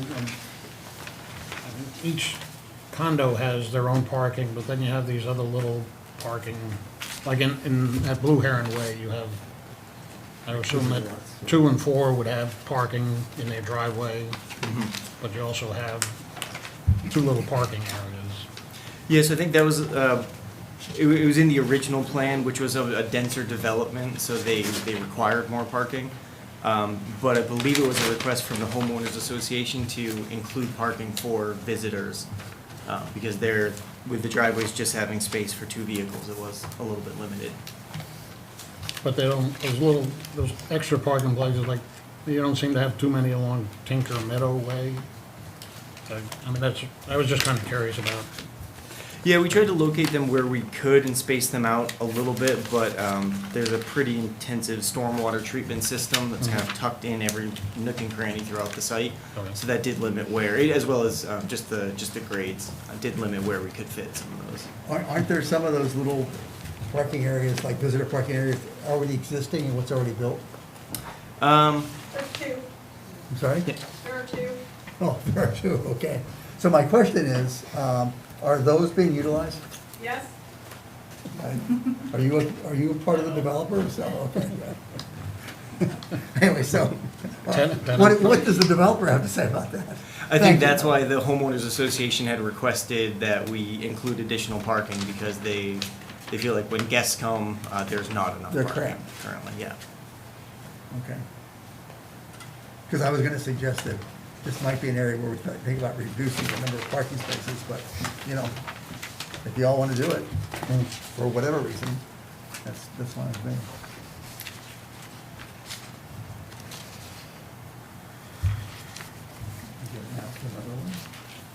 No, go ahead. No, you go ahead. No. No, you go ahead. I'll put you for it. I guess, you know, I saw all the stuff you did with the ITE trip generation stuff, and all that's good, and you've updated it and all that, that's neat. But I still would like to know, about the operation of the unsignalized intersection as you go back out onto Water Street. Okay? And it's not so much what's happening under development in a way, but rather how does that interact with what's on Water Street? Because I think Water Street has become increasingly important. I think there's probably more traffic there than you might expect every year because it's become more and more of a secondary route through town, right? Sure. So, you know, and I did not check like site triangles and things like that, but it strikes me that the way that comes out onto Water Street has potential problems. And I'd really like to see you address that a little bit more, including a capacity analysis at that intersection, okay? And instead of using ITE trip generation numbers for the existing units, you could look at the actual numbers that the existing units are, and that may work to your advantage. I mean, it could easily work for you, right? So going forward, want to see those kinds of things. Okay, one thing we can provide, so there was, in 2006, there was a traffic study prepared by James Sewell Company that does address some of those things. It talks about the site distances looking both ways. I think they. And that would be good. That probably hasn't changed, okay? But Well, it but certainly has the changed, volumes actually. on Ridge Street have though, or Water Street, rather, sorry. We actually went back and looked at that Okay. because they prepared their report. They used data that was available at the time and then came up with a derived AADT number, which is actually very close to what the actual, you know, just going and looking at the numbers that the state publishes. It was very close to numbers that were published for 2017. And then the number for 2020 was actually about 500 AADT below that. But that's It went ADT, down? okay, what I'd really like to see is what's happening at the peak hour, both morning and afternoon, plus the fact that the peaking of Water Street is probably different than the peaking of many, many streets around. So, For sure, for yeah. example, because of the, you know, if you've ever been down on Water Street, it's kind of, whoa, you know, there's this giant flow, and then it kind of goes away, right? So, you know, some of the traditional analyses or traditional assumptions about when peak hour is may not be valid. So I need for you to take, personally, I need for you to take a look at that. Okay, so what specifically would you like to see? A fresh analysis of the intersection using fresh data for Bridge, what, I keep calling it Bridge Road. Bayside Road, whatever, okay. That road, and utilizing actual trips from the development versus any kind of ITE estimate for the existing traffic coming out. So you want a traffic study, do I understand you correctly? That's correct. Okay, very good.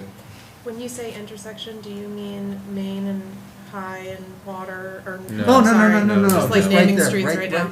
Water and Main. No, No. you mean the driveway. Right, Yes. yeah, Okay. yes. The Sorry. sight lines there are actually quite good in both directions. And Water Street, Bayside Road, it's a nightmare, and it's something that should have been addressed years ago, and it's only gonna get worse.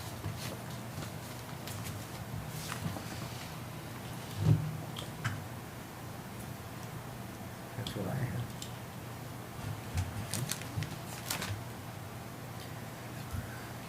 One question I have, on your site plan, C1, you have a bunch of red triangles with the number 1 in them. And especially where it's over under condition number 22. I'm just curious what those signify, what those So before. that sheet was updated after the TRT meeting to address comments that we got. So anything clouded in red with that number 1 is just revisions made based on TRT comments. Okay. Yeah. Any other questions from the board? Staff? Do you have any questions for me? I mean, I know this is a little unusual, kind of trying to find a way to revive this development, and Rainey and I have worked together to kind of figure out what's there, what is a good thing for a waiver, which there are a couple involved, and what might not be applicable because it's essentially already built.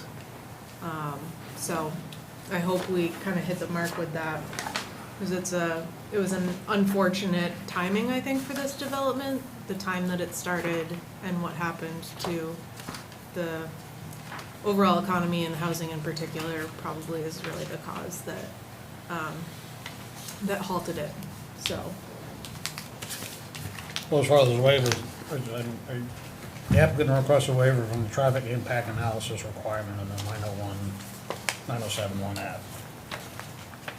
I would be against that. Okay, so you understand that waiver would probably not, Yeah, so if we provide a copy, before we just decide that it's a no, could we provide a copy of the 2006 traffic study and see You if can that if you answers the like, questions? and I'll be happy to review it for Elena, but at the same time, it is, 15 years old? Mhm. That seems like a long time. Yeah, and I agree. It is a long time, and we're not trying to dwell too much on the past with this project. I think the applicant just wants to move forward. And I can appreciate that. Which makes sense. We were pretty surprised that when we went back and looked at the derived, and I guess, well, you already answered this because you're not talking about just the AADT number. You want peak hour. Peak hour of the generator and peak hour of the adjacent street. Okay, so we'll take a look at that and see if we feel like that's adequately addressed, or if it's even worth sending that traffic study on. All I'm saying is I need to see something. Sure, yep, no, understood. and I guess as far as the other waiver that they're requesting, Elena, is that something staff and So that's, developers working on to, so that's the one for the upstream drainage, I believe. yes. It's really, doesn't have anything above it to drain to it, so Right. makes perfect sense to me. Okay, I mean, we wouldn't grant the waiver today, but I just want to make sure it's, I think you can at preliminary, but, no. okay. You could certainly indicate your inclinations. This went through SLOTA and It did. stormwater analysis from the state then, right? Yep. That's, And that permitting remains valid, Yeah, so, yeah. seems reasonable to me. Yeah, I mean, if Elena doesn't have an issue with it, then probably okay, but I don't suspect that we would grant the waiver tonight, or we're just determining whether the application is complete or not. Any other questions from staff as far as fire goes, copacetic? All there, right? Hmm? I believe it's pretty much all installed. Okay. It's the best Hydrants. kind of developments that are done. It is. It's a little bit of a surrealistic landscape out there. We actually have reduced the number of units also. Right. I don't know if you've seen that. Yeah. For the traffic, I'm sure that, I mean, that's a help. So, Can't hurt. you know, and the units that we're doing in the middle are now single-story units instead of two-story units, which there's a demand for that in the city. And that's why I think originally this whole development was never finished, was because the cost of those units to build them and to sell them, I think that's what made this stagnant for years. So that's why we've done that. Sir, may I get your name? My name's Wayne Wright. Thank you, sir. So are these a combination of two-bedroom, three-bedroom? Oh, The duplex units, which is what's mostly, populating the middle of the site, those are two-bedroom duplex units. A request of the HOA was to keep the, kind of on the perimeter facing the southern property line and Bayside Road, was to keep the units, for aesthetic reasons, to keep it what was initially proposed. So the bedrooms in those vary a bit, because those are the larger two-story units. And these are all condos for sale, so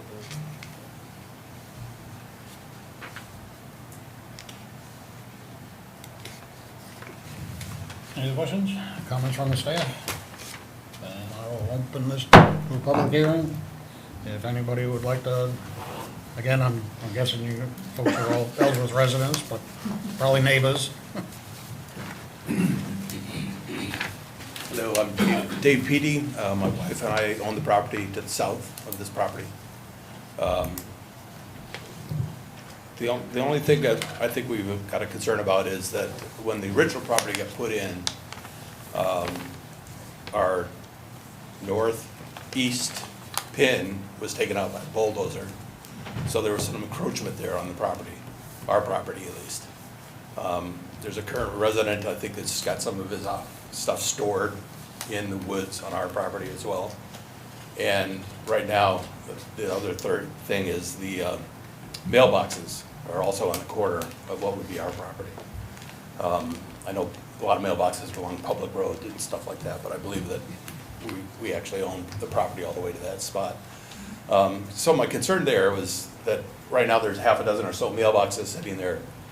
I'd like to not see 54 new mailboxes sitting there at that corner spot, that you provide multi-dwelling unit boxes near the devices or something like that. There'll be new mailboxes put down near the community center. Yeah, that's great. Yeah, we're working with the postal service. And then, if I remember the plan right, some of the property on that south edge, some of the buildings looked like they were getting even closer to the property line. I'm not sure what the easements are. That's not versed in that. Most of what's on the south property line stayed right where it was before, to match the initial layout, and are approximately 40 feet off of the property line. And that's more than necessarily required by our standards, right? Correct. Okay, I just wasn't sure if there's a way to, keep people on their side and we're good otherwise. Thank you. Anybody else have any comments or questions? Come on up.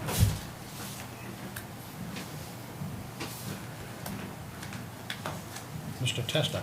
Yep. Hello, my name is John Testa. I'm at 1 Tinker Meadow Way. And if you look at the map, I think it's labeled number Unit 19, even though it's 1 Tinker Meadow Way. It's kind of on the corner there, the beginning. You in the 2-unit or the 4-unit? Maybe I was given one layout with some numbers on it, and it might be different on a different map. Yeah, it's in right there. He'd be number 1. Yeah. 1 and 3 together, he's 1. Okay. Okay.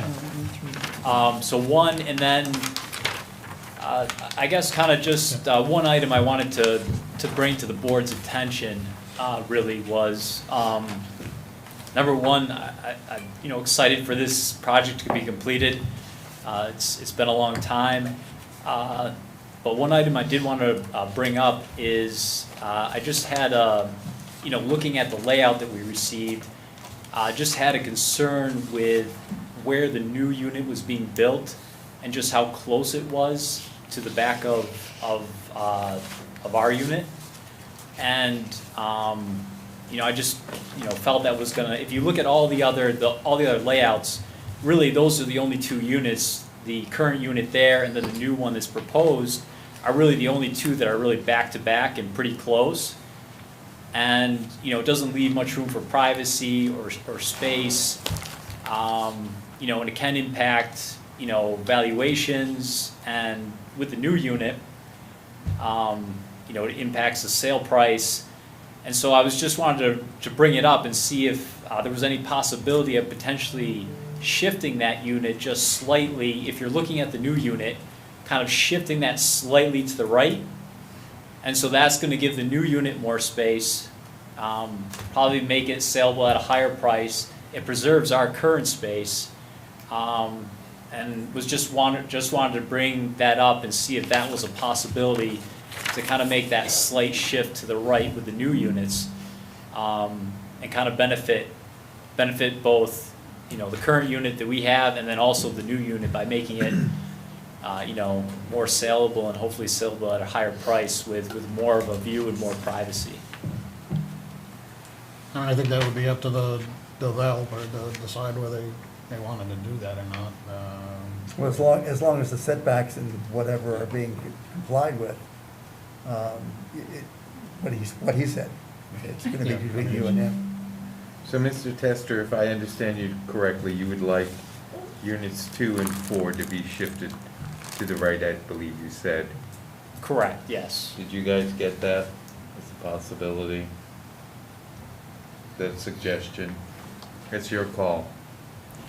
Yeah, I mean, I think I agree. It's something that the developer would have to decide, but where it is, it does meet setbacks. It's not, you know, well, it is a little closer in the backyard. There are other units that are technically closer together on the site, so it's not a unique situation necessarily for just these two buildings. And there's a lot of things to take into consideration as far as there's not, although it looks like on sheet C1 there is a lot of flexibility, there are a lot of stormwater treatment devices that are pretty well locked in according to the site location of development permit. So it's not just as simple as just sliding the building over. And the utility service lines, right? Then that's probably less of a concern than the stormwater stuff, but also, yeah, there would be additional expense with having to reroute utilities. Yeah, so I just wanted to kind of bring it to everyone's attention and see if that was a possibility, to kind of shift that. And I mean, it seems like it's probably not, but if it is, We'll look at it. If we can, if our wetlands plan will let us do it, our stormwater, we'll look at it. I don't think we're gonna be able to move it much. It's gonna be significant, and I'd really like to keep it looking symmetrical like it is on the plan, and I don't think I can move it enough to gain what you're trying to gain, but I will look at it, for sure. But make sure we're clear, Mr. Testa, that if the plan meets the ordinances, it's not within the authority of the board to require any changes. But on your own, you might have a conversation with the developer about landscaping options or just some creative treatments. okay. We'll look at it. And is it my understanding that the members of the community that are being represented do have a good ongoing dialogue with the developer at this point? Yeah, that's my understanding. I haven't been able to attend some of the more recent meetings, so I don't want to speak on their behalf, but that's my general understanding, yes. Yeah, very good. Thank you. Yep, thank you. Thank you.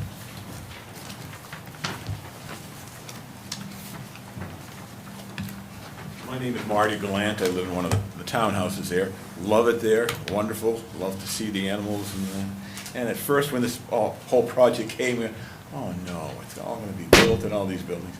But we know it was inevitable. Eventually that would happen. We have had good conversations with Wayne. He's been very good about answering us. I've called him, and he's been on the road, and he took the time to hear us. We're concerned. We like the quality of the condos and things that are there now. He assured us that they will be of similar style and quality. And so we appreciate that and listening to us. And he's made some changes that we asked for. And so so far, we've had several meetings. And at first it was a little, do we have to do this? But as we've moved on, we've been pleased with his response. And we think overall it'll be a good deal for us. Thank you. Very good, thank you.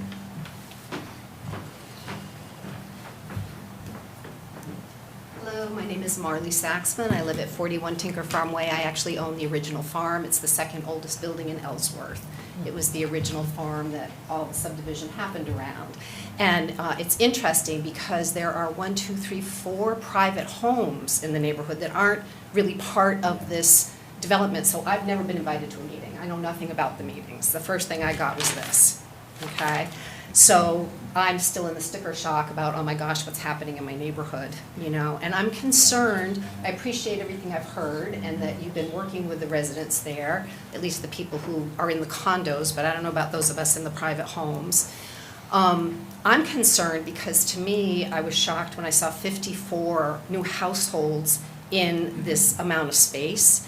And I did the math and thought, well, that's at least, if I say every unit is gonna have a car and a half, if it's a couple or there's a family, that's 81 more cars coming and going every morning. And whoever said the driveway where it meets Bayside Road, that's right, it's not a road, it's a driveway, okay? There's no way for 2 cars to be coming and going. So I'm super, super concerned about that, and I'm really grateful that you asked for the study to be done, because I don't know how the neighborhood is gonna support that kind of traffic. Right now, I think there's 8 condos, is that right, Wayne? There's 12. There's 12, so 12 condos and 4 houses, and that's what we've got now. So you've got 12 and 4, and then there's gonna be the addition of 54. And although there's a lot of acres there, the amount of homes are gonna be in a really small footprint amount of space. So that's obviously a concern that I have. I'm also concerned because the wildlife there is incredible. There's wild turkeys and deer every single day in my yard, and there's the eagle habitat. There's an eagle landing right near this old cemetery that's there, and all that is going to be changed and destroyed. I understand that the subdivision was put in place in 2006, so that was all approved, and that subdivision is still good. I guess it's a little hard for me to understand how we have a waiver when we're dealing with a residential, limited residential shoreland and a resource-protected shoreland zoning. So maybe someone could just help me understand why that's happening in an area that's so precious, so close to the river, and the wildlife is absolutely incredible there. I'd appreciate that. Thank you. Elena, would you like to answer that? The waiver part? Well, I was just talking about the shoreline. The question was how close they are building to the river, is that basically what the question was? Well, Wayne, again, this is all relatively new to me, but the letter that I got said that the 23 buildings will be in 3 zones: limited residential shoreland and resource-protected shoreland, in addition to neighborhood. Well, it makes sense to me that a subdivision might be in a neighborhood, but I have a hard time understanding why a subdivision of 23 buildings with 54 new families living in this small amount of space could happen in limited residential shoreland and resource-protected shoreland. Well, as you mentioned, and keep in mind that this was approved back in 2005, 2006. I mean, they're basically just updating it, so they're allowed to build where they're So proposing to build. because it was all approved that long ago, it's still just being. So, I can address that. I think the way that we've worded our agenda items, I can see how that would lead you to believe that the development is occurring in those zones. It's, what we list is what zoning that is involved on Right, the entire right, lot. right. So, the limited residential zone only cuts across a couple of corners of the rear building. Would it be okay if I came and looked over your shoulder? Yeah, I mean, I can also show you in the office sometime, but basically it's 250 feet from the high water line. So these are the some of the new proposed units, and that's the limited residential boundary. So that's the existing one that's all by itself there, there's the cemetery. Right. So that's the shoreland zoning that's protected. So the waiver that, because The waiver that we talked about being supported has to do with stormwater and designing the stormwater systems to accommodate drainage from upstream of the development, but there is really no upstream since it's at the top of a hill. So that was. Okay. Thank you. You're welcome. Any other questions or comments? And I would have one on mine. online, but that's okay, Close the public hearing. Thank you for. What would I do without you now? What are the board's wishes? What are you looking at me for? I'll make a motion that let's see here, how do I want to say? Okay, make, you have it? No. Okay, I got it too, okay. That we accept, accept this complete the preliminary plan of a major use site development and major subdivision entitled to Tinker Hill condominium development for applicant owner, The Right Buzz LLC. Did you want to clarify the traffic part? Do we need to put something in here about that? I Because mean, we, if you just say it's complete. oh, I think, well, as in terms of a discussion, you can say that, it's complete in one sense, but it needs to be better, more comprehensive, so it is complete, That's true. but it needs to be better, updated. The application is complete, but it doesn't necessarily mean it would be approved. Exactly. Okay, is that good? Yes, I'm sorry. You're happy And with that? I really interrupted whoever was gonna second. Second. There you go. All in favor?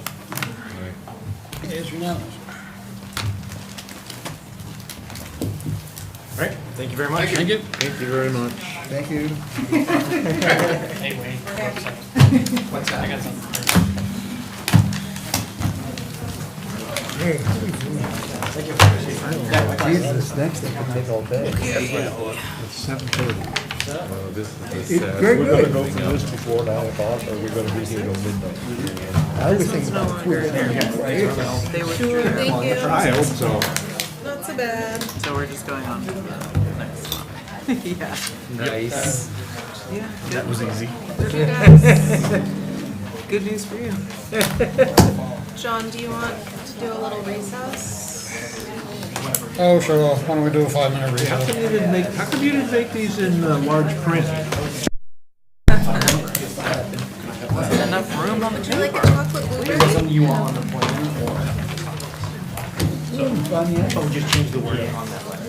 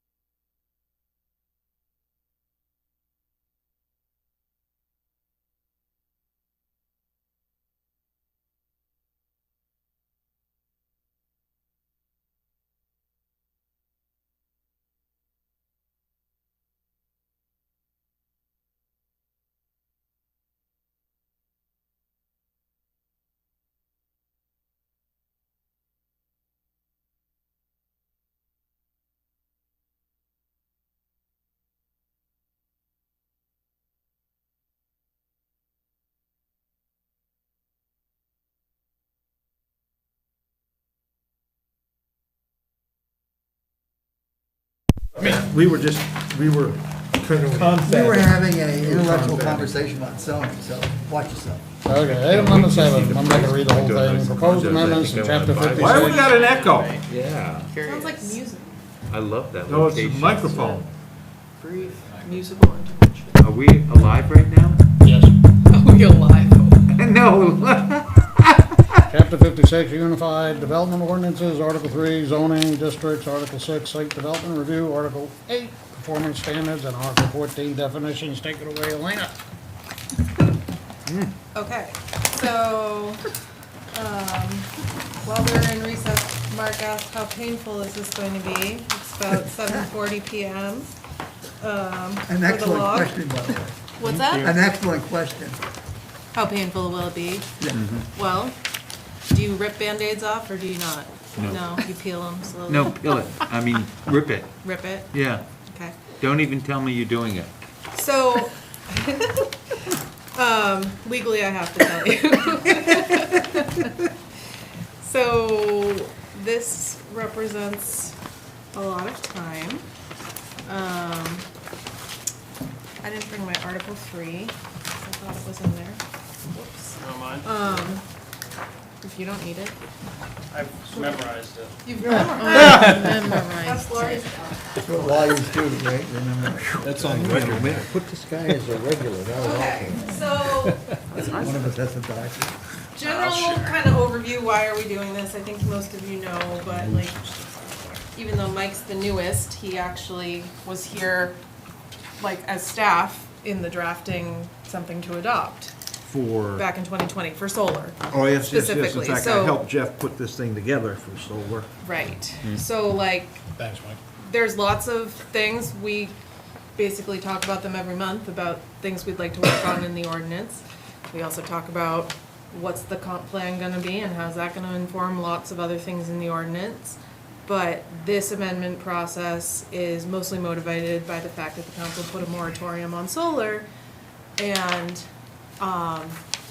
seems to be their desire that the ordinance gets changed in some fashion in order to rectify that situation, right? So we had workshops in April, July, 2 in July maybe, joint one with the council.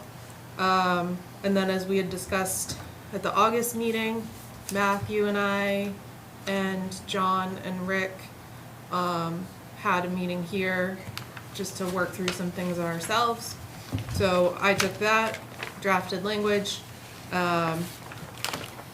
It touches Article 3, zoning districts, Article 6, site development, plan review, Article 8, performance standards, where the bulk of the solar-related text is located, and Article 14, definitions, but really, that's just striking some definitions.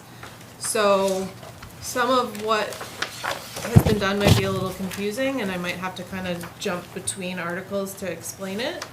I guess I'm open to however you want to approach it tonight, now that it's later in the night. I mean, no pressure to get through it all and fix it all and make a recommendation. We do have a public hearing associated with this, and we have somebody who forwarded comments ahead of time and is here, would like to speak. So we should definitely do that part. Basically, we'll need to get to a point, like if you loved everything that was here and felt it needed no changes, or just like strike a line here, add a word there, you could make a motion to recommend to council. And if there were minor changes, you could include those in your motion. If it's gonna take more work than that, I won't be offended, and we can come back with, you know, revise it Why don't further. we start with Article 3, the zoning districts? I mean, Yep. there's really not many changes, I had a couple of strikeouts. I mean, I think Some housekeeping type stuff. yeah, I think the biggest change had to do with basically getting rid of small, medium, and large. Right. What page are you on? Oh, it's Page yeah, 8, it's on the very colorful one. that. I mean, basically decided that there's just one size. Yeah. Page 3? It'd be on, Article 3, page 8. Page 8. Mark, on the chart. The Technicolor chart. And when we go to This one here, Mark. 6, I can Thank you. probably kind of help explain the reasoning behind kind of collapsing those categories into one. Yeah, go ahead. Oh, go ahead. So, and I guess the thing with that, so you've got solar energy system standalone, that is defined. That means that you are not just like a factory with a bunch of solar panels serving yourself. You are primarily serving an off-site user, per that definition.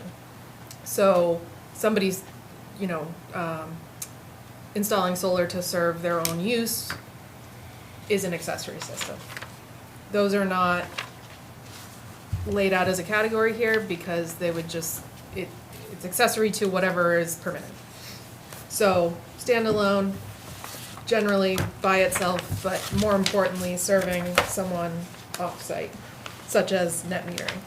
So we propose collapsing those small, medium, and large scale into one category. I'll explain in a minute how your review would apply to those, because that has to change when this changes.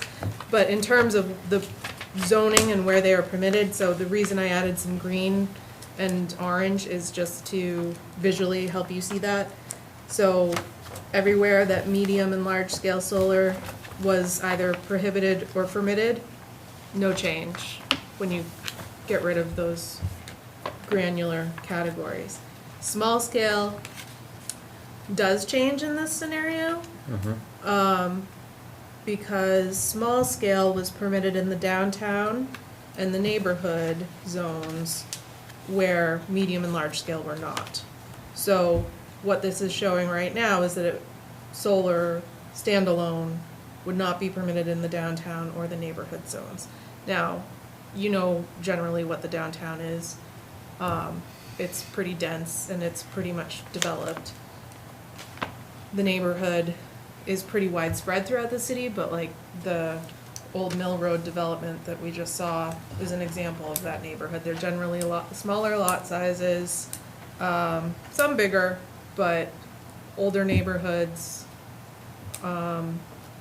So I don't think that the desire is to have any size, like even a small one is not that small. So, and if there are no size categories, there's any size, right? So reading this back, so the Grand could not put panels on the roof for a standalone Incorrect. system? No.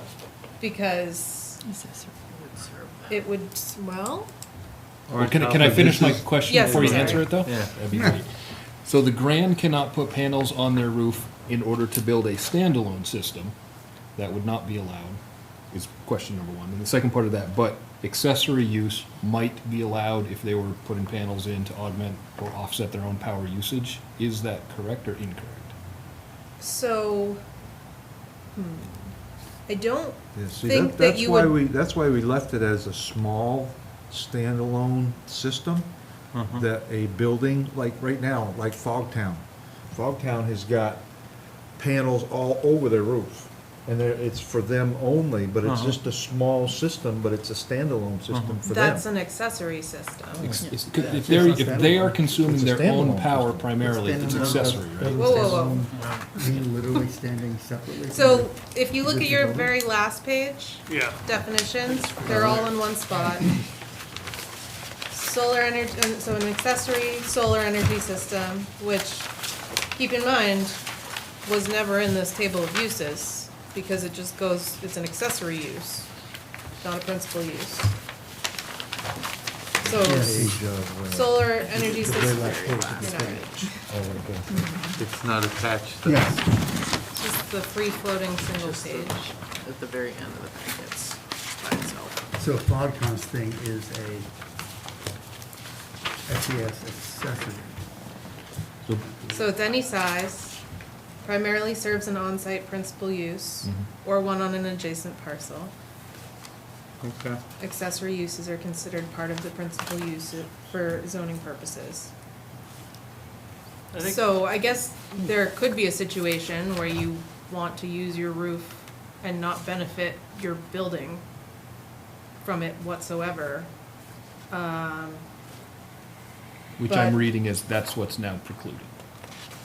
In the downtown In the zone, in downtown the zone. neighborhood zone. Have we seen that happen anywhere In downtown or neighborhood? or anywhere? Well, is, Well, and again, it's Fogtown a only neighborhood? the language primarily helps too, because, so if someone wanted to put a bunch of panels on a building or in downtown or neighborhood and only export it, or then, yeah, they can't do that. Exclusively. yeah, Exclusively. would be no. But you can, you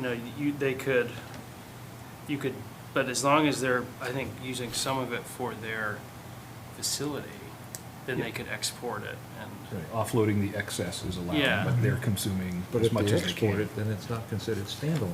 It is, you can still export it under accessory.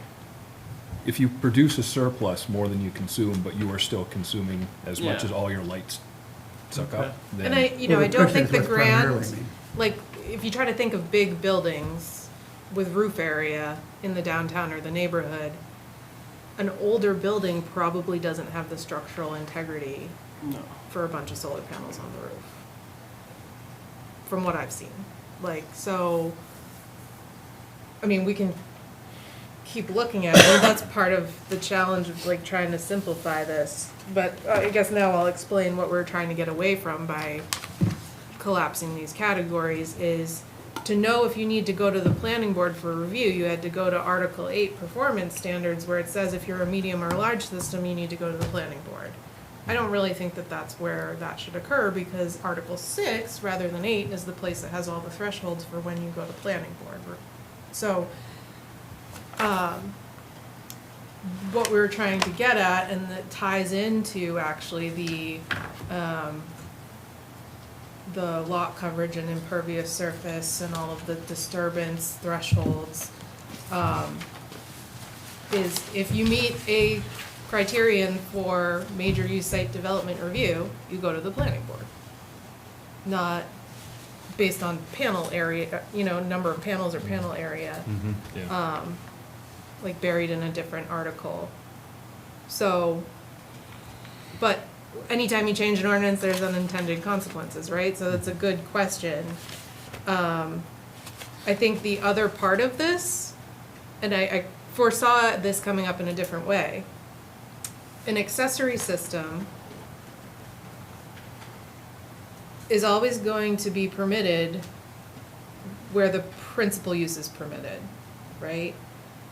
Also, why would the planning board care about what's on somebody's roof? You're concerned with the development of sites, the division of lands, right? So keep that in mind throughout this too. We care if somebody adds a story to their building and it's full of apartments.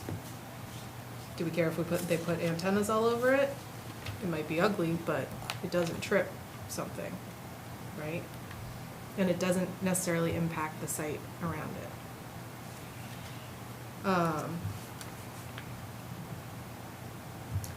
So when I changed that so that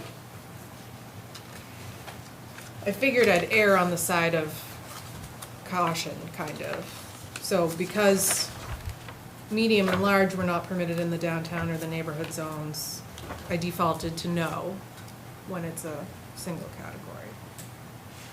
Because I didn't get the message from you, council, all of that, that we were particularly concerned with the locations within town by zoning where solar was. It was more, what are the impacts and how are they mitigated, right? Again, I think that like just the 80% rule here, like a developer trying to put in a big solar farm to sell power. I mean, these are big installations on a lot of acres. Yeah. I mean, a few hundred square feet on a roof is probably not. Right. And we've never been interested in that coming to the planning board. I mean, people have been putting solar arrays on their houses for years. Right. Chris, we're not technically a public hearing, but I could probably maybe help you out a little bit. Yeah. One potential snag you may have is that, let's say you have a business in town that owns multiple facilities, and one of those facilities is great for putting solar on it, and the others are not.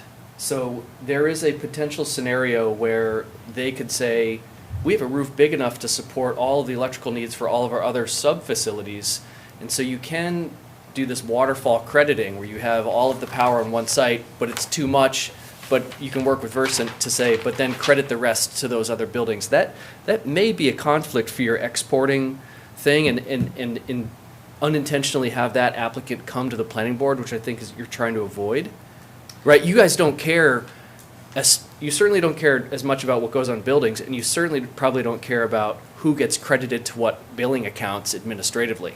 But that may be you are exporting power to a user potentially not adjacent to that building. So my potential fix to this is that it says accessory building is for principal use, or for an adjacent building, or other electrical accounts owned by the same entity as that principal use, or something to that effect. I think that might really help you avoid I'm that. glad you brought that up. I mean, this distinction Sit isn't here. new. Yeah, you're on the team now. Nice to meet you. This distinction isn't new language. This has been here, right? Accessory and standalone. And I think it wouldn't work to do the referencing people's accounts and whatnot, because that could change tomorrow. Well, I'm thinking if the property, one of the properties was sold, Yeah. for example, to a different party. Right. So I- then you'd have a different billing account, wouldn't you? And I think probably, I mean, usually you see this as like ground-mounted solar versus rooftop, or then maybe you have parking structures or something like that. But I think that's what this is getting at more. I think it's reasonable to balance the complexity of the ordinance against how many times this is likely to happen. It's a solid example. It's very unlikely, but though. Yeah, it's how many likely what I times is it gonna come described. I do think that is likely. It Like, is. a lot of You think? businesses are doing that, but what I think is unlikely is having a business in town say, let's put a solar project on our roof, somebody else will own it, we won't benefit from the power, and it'll get exported. That doesn't really happen a lot, and those projects aren't, do you have a lot of big buildings in Ellsworth?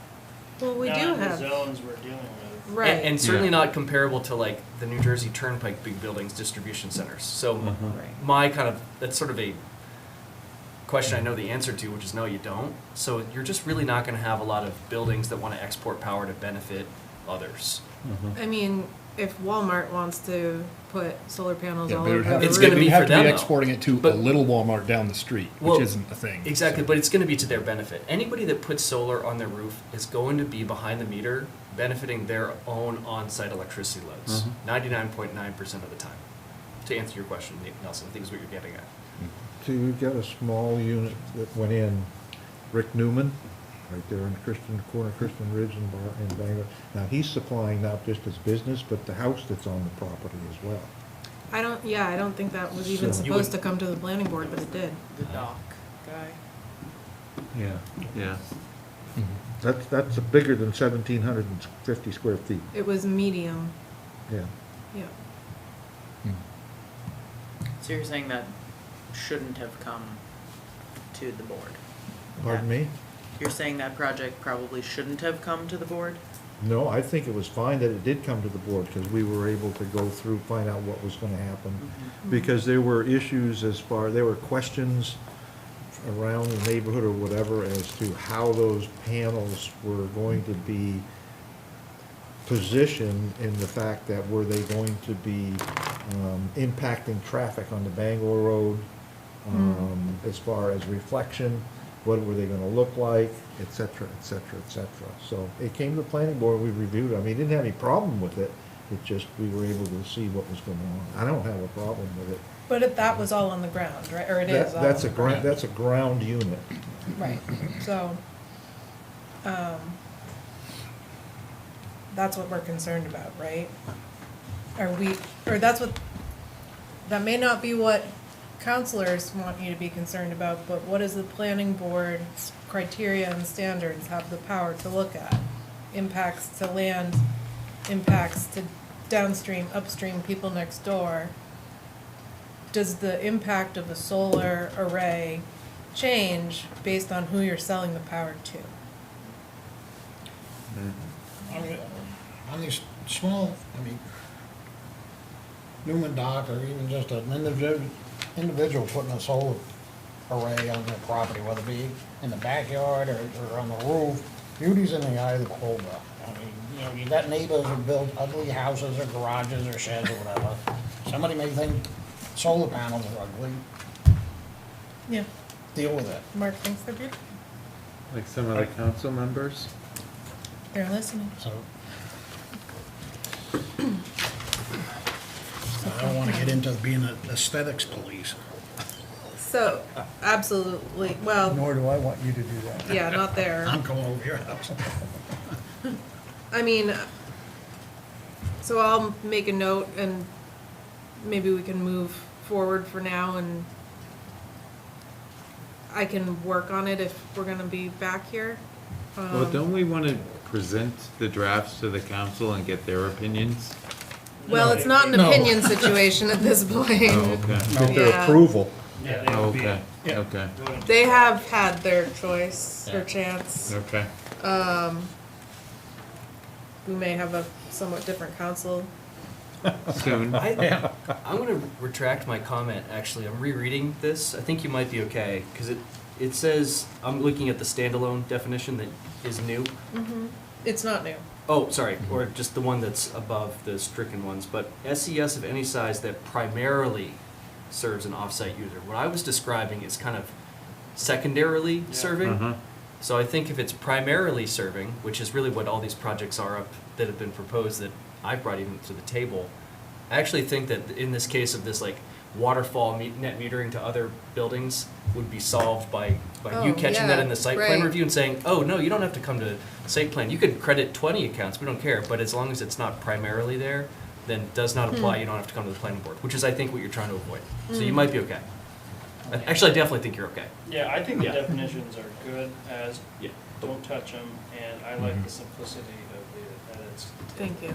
Okay, Yeah, Chris, you're that's only good. allowed one opinion. Okay. You Okay. have to Okay. stick with that Oh, one. I can't retract anything? Yes. That's it? No, you're Well, done you now. retracted, so. There's no precedent set at planning boards. I do know this to be true. I was wondering, as you went through this, is there a reason you picked it, or we kept it standalone instead of calling it a primary use and versus accessory use? Because one's defined by the type of usage, which is accessory, and the other's not. Because one's different. So accessory, it kind of clearly says that this is the secondary use of Right. the building and or the solar panels, and the primary use, calling it primary use, which suggests like the primary use is to generate electricity for somebody. Oh, I see. Well, I didn't put much thought into changing the definitions we had, other than not having categories. I think it makes sense. Definition, but changing the term. I think Definitions. Well, I think accessory is good because it's almost like a bolt-on thing that you're adding to a building, right? So it's like a generator or something that's doing something. Standalone is not linked to a load, so it's not linked to like a building that would be serving light bulbs and hot tubs, whatever.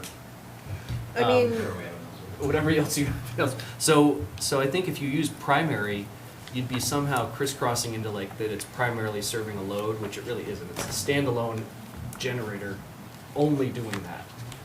I'm not even sure if we need a definition of accessory solar energy system. I don't know that it appears anywhere else in the text. That's Is it interesting. just fall under accessory use, general definition? They're permitted for anything that they're accessory to the permitted use in that zone.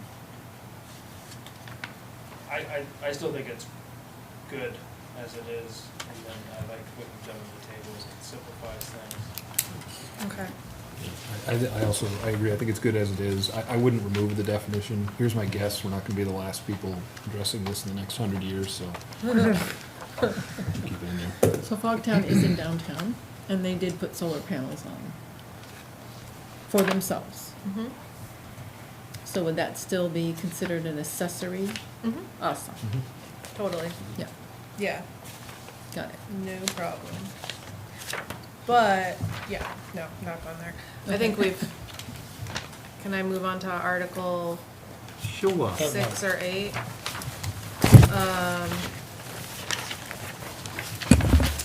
I think I'll do a little bit of 6 and then go to 8 and then go back to 6. If we Okay. make it that long. Or can stand it. So, skip Yeah, I'm pretty quick. Skip to page 5 and 6. Oh man, this is still gonna open There up a you whole go. other conversation. Not really. So, Mark will make sure. so section 603, classification of projects. This is the section that we refer to day in and day out when people call and say, hey, I wanna do this thing. Laurie probably refers to it even more, or she just memorized it.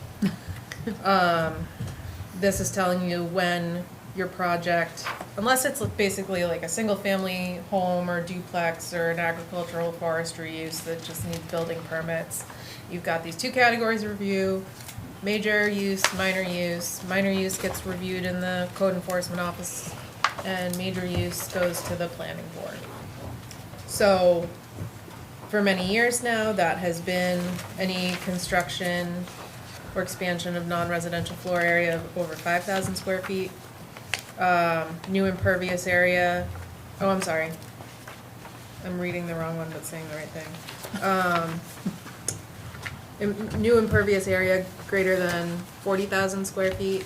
Change of use in a structure greater than 20,000 square feet. A project that needs a traffic movement permit from DOT because it's got 100 trips per hour, peak hour, big ones. Subdivision for residential units in a structure. Soil disturbance, gravel pits, that kind of stuff, if they're affecting over 40,000. And then, very unusual, maybe has never even happened, but hazardous or radioactive waste handling. So, part of the reasoning behind doing away with small, medium, and large solar categories based on panel, panel area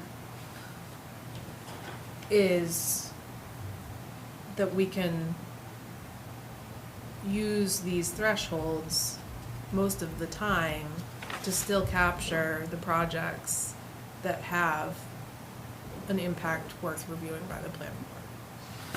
So, just wanna make sure, yeah, so panel area.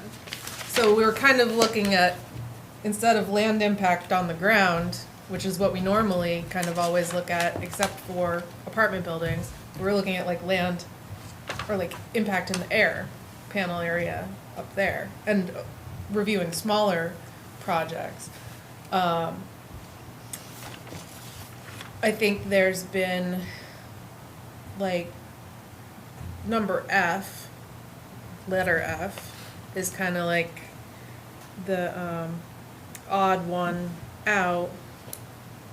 Soil disturbance greater than 40,000 square feet covers many, many things. We're usually more focused on how much impervious area you're creating, how much impervious, that's your trigger. But just about any ground-mounted, standalone, whatever you call it, solar project is gonna disturb an acre or more. And is going to need stormwater permitting from the state. So it might as well also get that level of scrutiny.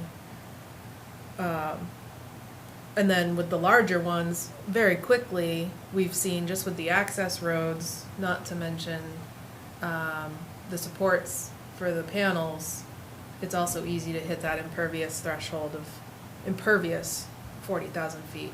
Your disturbance is way beyond that at that point, but, so you would still be capturing pretty much anything over an acre on the ground.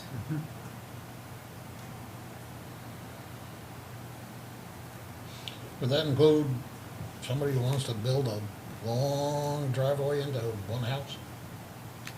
Single family and two family remain exempt as limited scope projects. I'm just saying, I mean, if you're cutting a new road through a wooded area and your house is a mile back in the woods, are you disturbing more than 40,000 square feet? Probably, but if it's your one driveway to your one house, No, but what I'm asking, would that have to be? No. No, it's a residential. It says non-residential, right in that's a residential use or related use. and you see 604.3 site development plan review not applicable. Construction of Okay. detached single-family dwellings and duplexes. So, every house kind of needs a driveway Okay. until we're the big city of Ellsworth, right? So,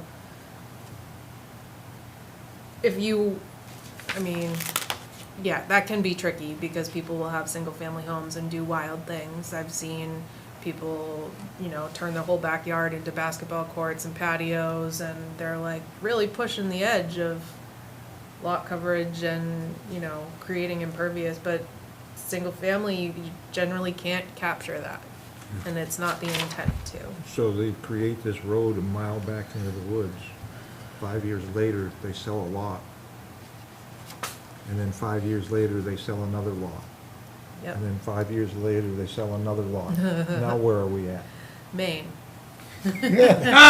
Seriously, that's Maine Serious. subdivision This is law. an issue that's gone on, because this has happened. Yep.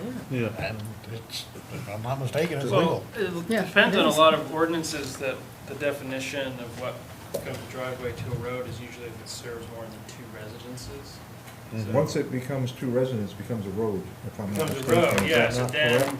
correct? you're For only naming, allowed to for build- address. Yeah, so Yeah. then if Well- you wanted to build that third house, you'd have to make that driveway into a road and satisfy all the road requirements. But if you don't have to come to the planning board for subdivision review, how does that ever get? It wouldn't get checked if they waited the 5 years like you said. That's, Well, so code enforcement wouldn't see, oh, you're building a house here, our files show that there's two houses behind you. Uh-huh. Wouldn't that be, then you'd be like, okay, that's a third house, this is no longer a driveway, this is a road. You have to satisfy road requirements to build a house on it. It depends. If they waited the 5 years, they're exempt from the subdivision, and then Yeah. on the road, it's gonna be a private drive or a private way. And so our ordinance doesn't have increased requirements for a road or a driveway if it's a private way. It doesn't care that how many it serves. No. Unless it's a subdivision road. So that should be, I would change that to just period. If a driveway serves more than two homes, that's kind of a road, that's not a driveway. I think my thought would be that it's in the inverse of the definition of driveway.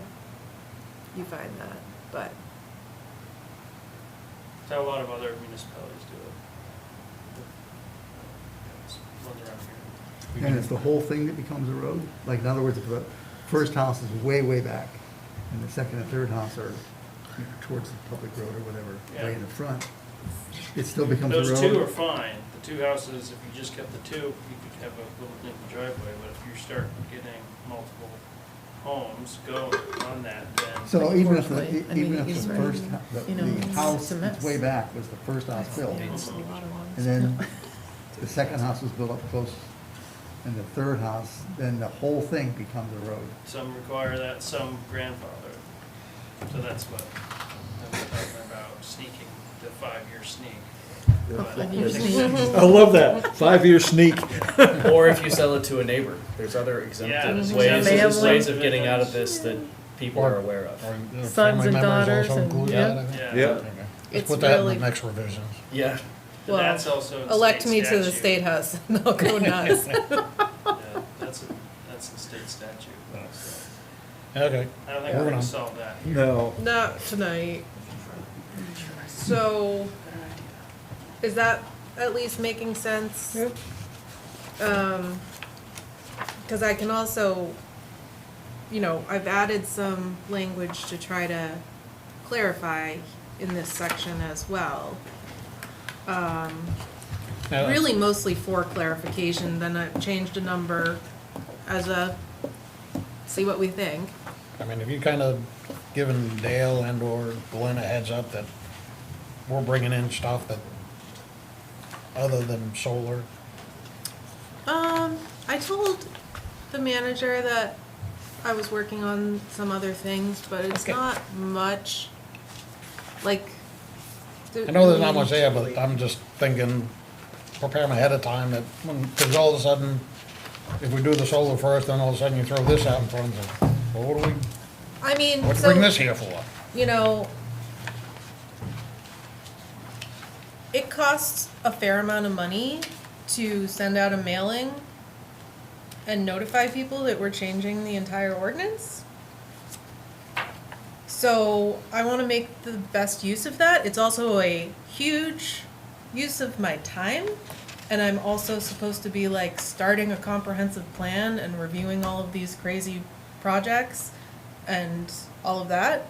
So I again want to make the best use of the process. And these are things that have been talked about for years, or like typos No, that have been I'm- there for I'm not saying there's a problem decade? taking it to them, I'm just saying give them a little advance notice, because all they're expecting is for us to Yeah. revise the solar ordinance. Yeah, I mean, I did tell the manager about some of the things that have worked in, except for the very last one, and he's copied on everything that I sent to the TRT as well. So I'm not gonna communicate that to the council directly. This is public if they're interested, and there's that. So I also would like to see us moving forward, work on amendments on like a yearly basis. Like that should be, it shouldn't be this 10-year thing where it becomes overwhelming. Most municipalities, every year, there's if they're like a town meeting form, you have to go to the town meeting to vote on ordinance amendments. Almost every year, there's proposed changes to the ordinance. Yeah. So, And I think Put it in your calendar. right. Well, yeah, I'd like to do like goal setting in January and, then as we identify things throughout the year. So some of it was just, Laurie had a note or I had a note of like, this has been bugging me, let's fix it now. The thing about like if we change 5,000 to 3,000, that is kind of a important decision. So I kind of picked a number. We can talk about that, but nothing else is really too intense. And I think I've warned them in different ways, and I just, if you're gonna hit my budget like that, hit my time like that, I have to make use of it to do those things. So, do we want to talk about that number? 3,000, 5,000? I'm fine with 3. Yep. I think it was 1,500 back in the day. Yeah. And it jumped up to 5. I think Laurie likes it because it makes her life a little easier. I say it's a go. Yep. Okay. Does my language about in the case of redevelopment and all of that work for you? Some of this also I'll add for the benefit of the record. I provided the memo from when Jeff was still with us, 2020. He had brought you a whole bunch of things from this section. So that some of this is kind of following up on that discussion from 2 years ago. Most of it, really. No. So the wording would cover if somebody builds a 2,000 square foot building, Lori takes care of, and then they decide within 5 years to add another 2,000, to get it to 4,000, that would come to planning board? Okay. That's what I was shooting for. So Yeah. I just want to make sure I understand your wording. Well, and Okay. there was something.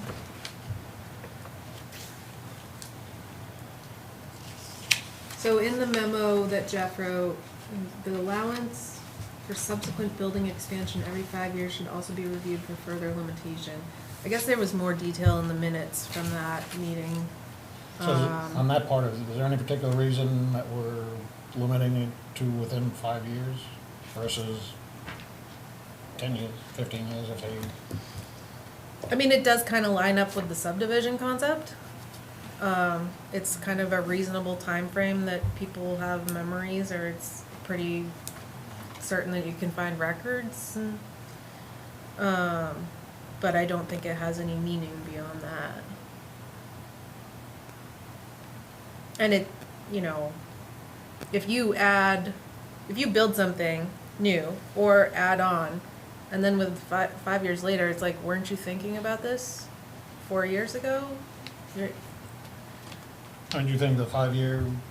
Or is it just the way to okay, do the sneak? or should it be open-ended, or? I think 5 years makes sense. It relates back to the subdivision. I mean, either pick a number or you don't pick any number. I think you pick a number, and I think 5 years makes sense. Okay. I'm trying to associate this with prior conversations. I think the example I have in my mind was, I'm just gonna throw up some numbers here, like somebody builds something that's 4,000 square foot, somebody else 6 years later adds on to it another 4,000 square foot, a little over a decade to do it again, 12,000 square feet of commercial space that the planning board has never seen. Right. That was the motivation. And I wasn't necessarily tying it to a 5 year time frame, but Yeah. I guess, But that's the idea. yeah. Right.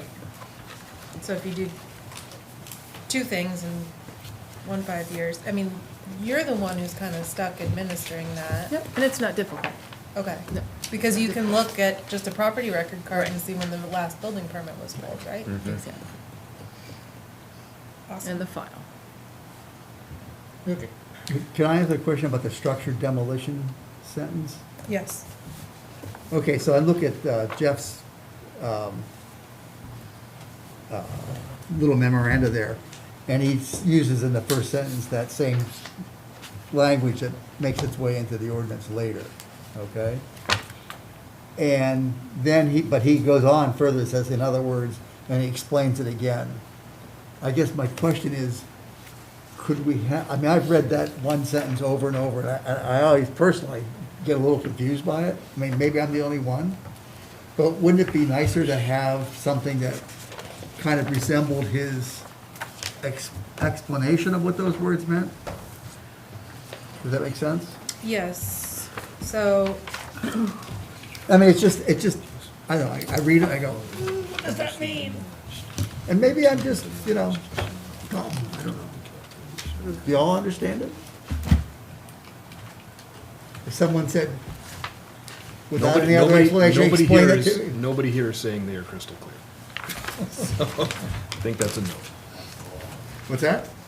This is the law. When a person reads it and understands it, supposedly, it's all else done. Which paragraph? Sorry. so like 604.1A, or 604.2, I 604.2A. guess. They're essentially the same with different figures. Yeah, They're different. 604.1A, and then the next one is the same language, right? Yeah. But don't you get? Reading that sentence alone, I don't get it, period. Oh. But if you look at Jeff's explanation on the covering memo in the very, very beginning, he says, in other words, and I guess my point is that I like the other words better than the, Well, so can we backtrack for a second? Because I think the whole reason that came up is because previous staff had an interpretation that included crediting. oh, right, I get that, but, and it wanted to be clean, it came up with, I think, with the dock in a box thing, right? Wasn't that the one that came up? What? Yes, it came up during the. Yeah. Convenient MD. Oh, dock in a box. Yeah. I heard that. I thought that was kinda cute, but, you know, whatever. Got it. Anyway, it came up in that context. Yes, Okay, because they that- ripped something down and did some stuff, and it was like, Right, like 3,000 minus 3,000 plus 5,000 Yeah. equals or 2,000. whatever, it's kinda like, how big's the damn building? You know, that's the key to me, right? Right. So you're saying not to give credit to what was there before? I'm saying, right, it just Yeah. kind of Wipe the ignore whole it. slate clean. Yeah, like, I see. if this is a 5,000 square foot building, And I it's know a that's what they 5,000 or did, whatever. gave credit. So Yeah. when- Period, end of statement, like, When they tore down First National Bank, Yeah. they don't get to Get say. that credit. Right. We've Yeah. got 3,000, we can add another 3,000, Yeah, which is yeah. what Dwight did. Yeah. right, I tear that down. it's So like, do you good for want to wipe the slate clean? And Okay. now it's over here in a pile of rubble. Yep, That's- if you're gonna tear the building down, you don't We're get gonna to build a take new the square building. footage. So Makes like, sense. maybe it's not necessary to have that clarifying language if it was just a single person's interpretation?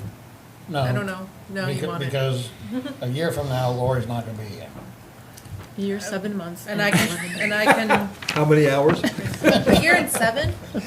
Oh, Yeah, but does that sentence, I guess the question is, does that sentence even need to be there?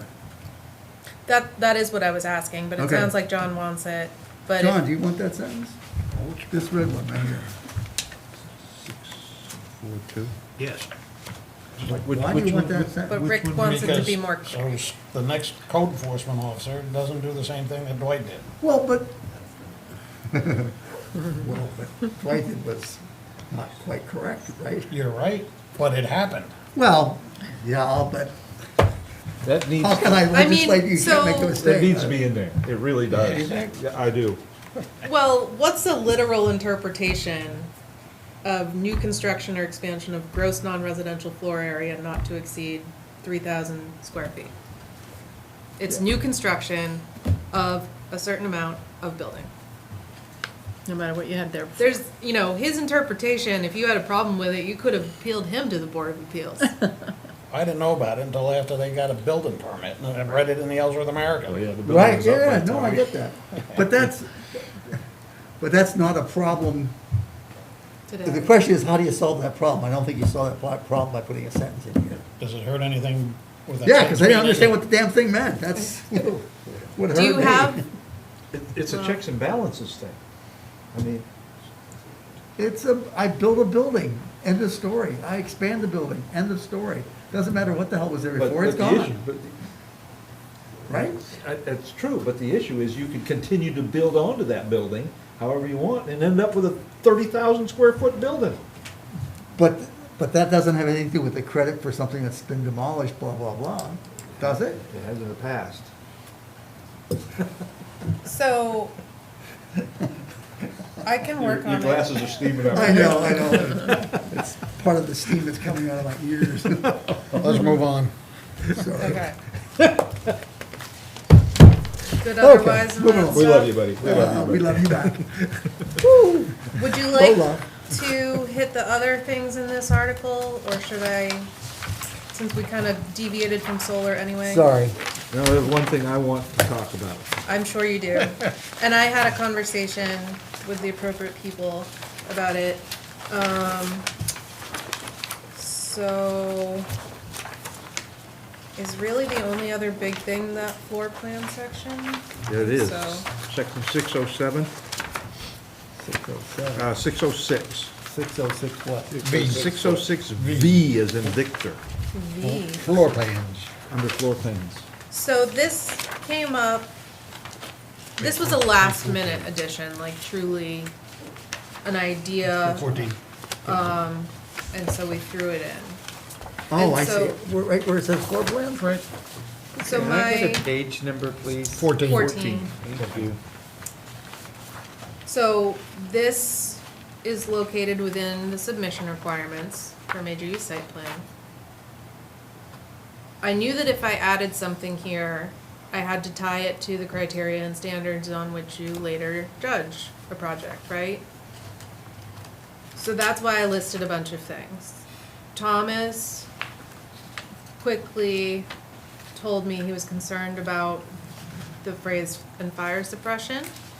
So I talked that through with him and the fire chief. Basically, they don't want to be like kind of perceived as stepping on the toes of whatever fire marshal stuff goes on. I was thinking more along the lines of, if you give us at least a rough floor plan, I'm not talking final architectural everything, I'm talking more schematic view of what this building is. Where are your common spaces? Where's your mechanical room? So that we know that when you put a water line or water service on the plan, and it's going to this corner of the building, then it makes sense. And that is where the fire department connection is gonna be and whatever. So I just kind of threw the kitchen sink of relevant criteria and standards there. But we talked it through. They would feel better if and fire suppression was removed. I disagree with that totally.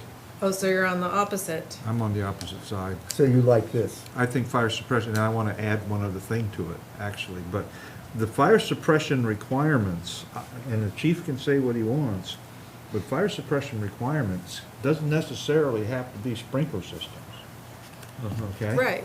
All right? It can be, you know, if you've got a building, it can be anything, actually, as, like fire extinguishers. If they wanted to identify a fire extinguisher in there, they could do that. Page 5 of the application Yep. lists all those things as a checklist as to what's going on. So they're in there. They want Right. to get rid of page 5? No, they expressed like great gratitude that it was there, and I was like, well, but we wouldn't be able to have this part of the application if we didn't have stuff about fire suppression in my submission Absolutely. requirements. Fire Like, suppression can be a cistern. It can be a temporary tank on site as soon as they get building materials put in. It can be anything along that line. It doesn't necessarily have to be a sprinkler system. Yeah. And it doesn't have to necessarily go along with what the fire marshal has to say. Right, and I know that there's like varying interplay in how things get reviewed and what things go where. So one of the things I wanted to add under or in addition to fire suppression, or would like to see in there, we're going through that right now with Tinker Hill. The narrative, on the first point narrative that was put out by Hedifine talked about firewalls. And the description of the firewalls that they talked about was just a 2x6 firewall with high temperature rock salt insulation with 2 layers of fire code sheetrock.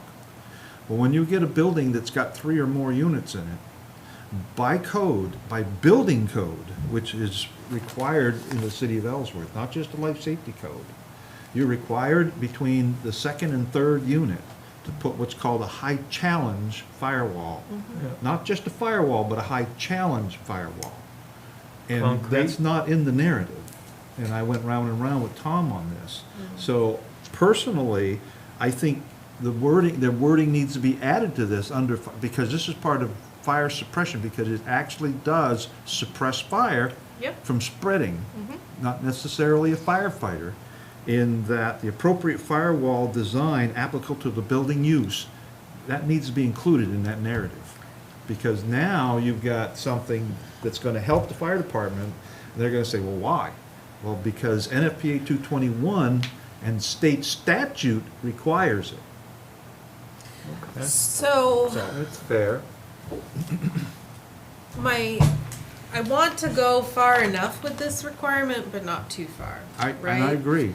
So like, And they can just label it, they don't have to show the drawing, they can just draw a line and like say. here's where they're gonna be Yeah, they between put a every. line, and then they can label it 2-hour high challenge wall, or 1-hour wall, or whatever, because they actually have to put 1-hour walls in Tinker Hill between basically all duplexes, Yeah.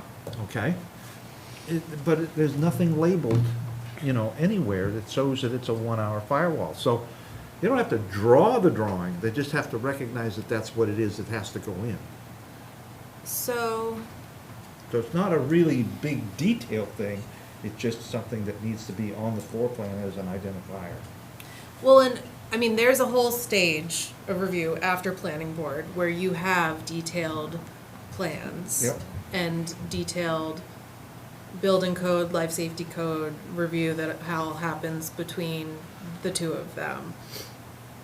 So I don't want to go too far in detail at the site plan stage, but I do want to go far enough because it's like, if you don't know or you don't think about the fact that you're gonna have to do these intense, because the high challenge walls, you can't put plumbing and electrical through, I think? That's correct. You can't, inside the wall, Okay, inside the wall. but maybe, but like, would they prevent you from putting 2 kitchens back to back? To connect them, So long yes. as the pipe doesn't go into In the the wall. wall, because it can't be in the wall. Okay, so The otherwise they'd have to come the up. idea of the high Yeah. challenge firewall, I don't wanna get into the details, because we haven't got much time, but the fact is you have fire on one unit, Yeah, and it catches fire, it gives you the time to To get get out, out. as well as this building will collapse, right.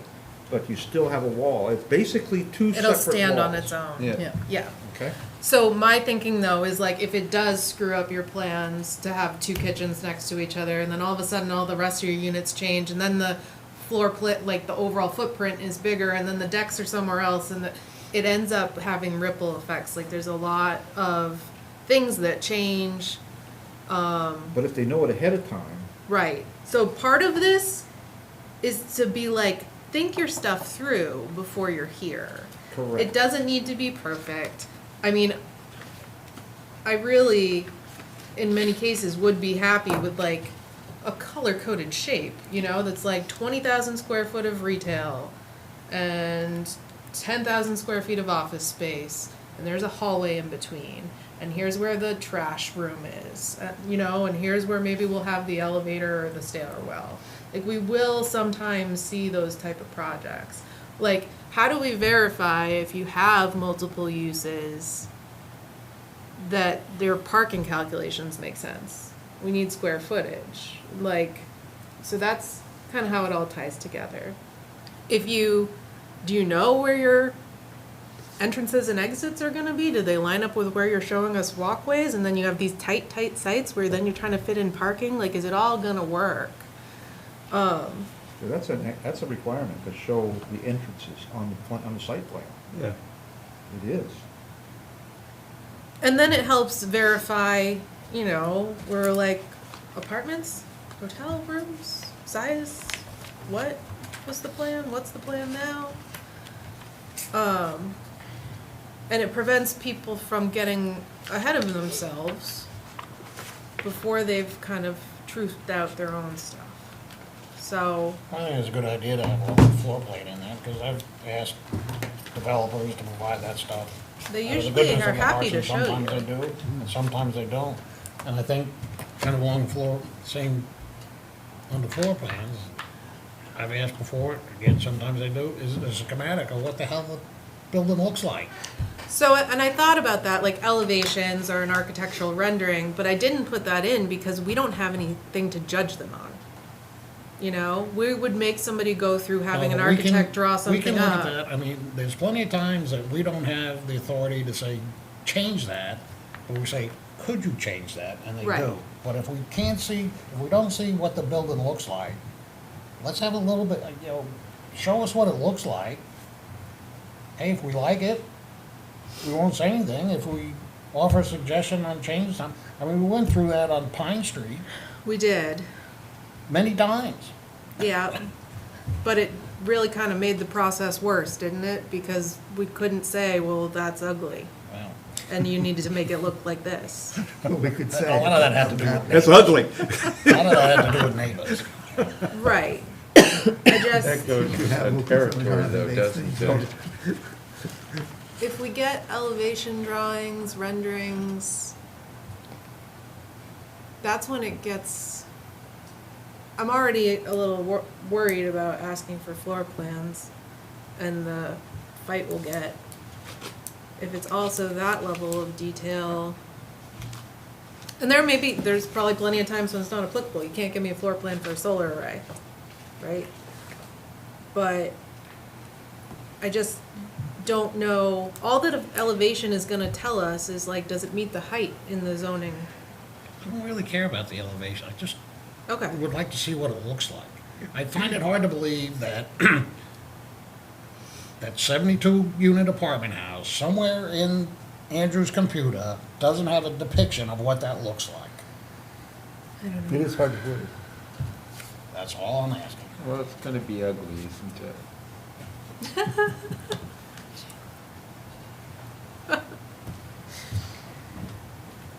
So what does everybody else think? I think what you have here as written seems like most of us disagree, if you disagree, seems reasonable. The conversation seems to be more about how we might enhance and add more to this. But as it stands right now, as an infinite increase over what was in that space previously, I think it's a good start. To be revisited again, I'm sure. Like the fire suppression requirements, I mean, it could get more granular, sure, but as an umbrella concept, I mean, it at least expresses, we have some expectation, and you should expect us to ask some questions, and then we have a basis to ask those questions. Right. And in the end, you get all the details anyway, right? And another thing, with Mike's checklist in the application form, part of filling out that checklist is you're supposed to come and meet with the fire department, fire inspector, before you even make your application. That's a hard thing to hold people to. You know, like everything, we improve. But that's when they're, like, a lot, that, it's the same concept of, like, do your pre-work and figure these things out so that we don't have to ask a ton of questions.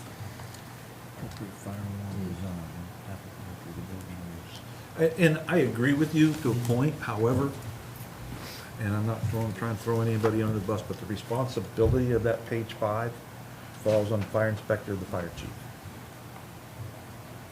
Because if they know a project's coming, okay, They can reach out. they should make contact, and that's their responsibility to do that. Because what developer is going to go out and look at chapter 4 fire prevention ordinance? They're gonna look at the land use ordinance. They're not gonna be looking at the fire prevention ordinance. Right. So, But, yeah, I mean, we refer them to it many times, but they still but may not that's do where it. the fire inspector, fire chief come into play. I'm just speaking from experience, my dear, I know. okay? Can we leave it how it is for now? Or, Yes. I like how it is right now. I do too. okay. There. And then we can have 2023 edits, right? So I think that's everything in there. The solar stuff looks scary. Are we way in the back now? Well, let me, Like Where- page where- I 41? should have like flagged these. 41, I think. Oh, that's way in the back.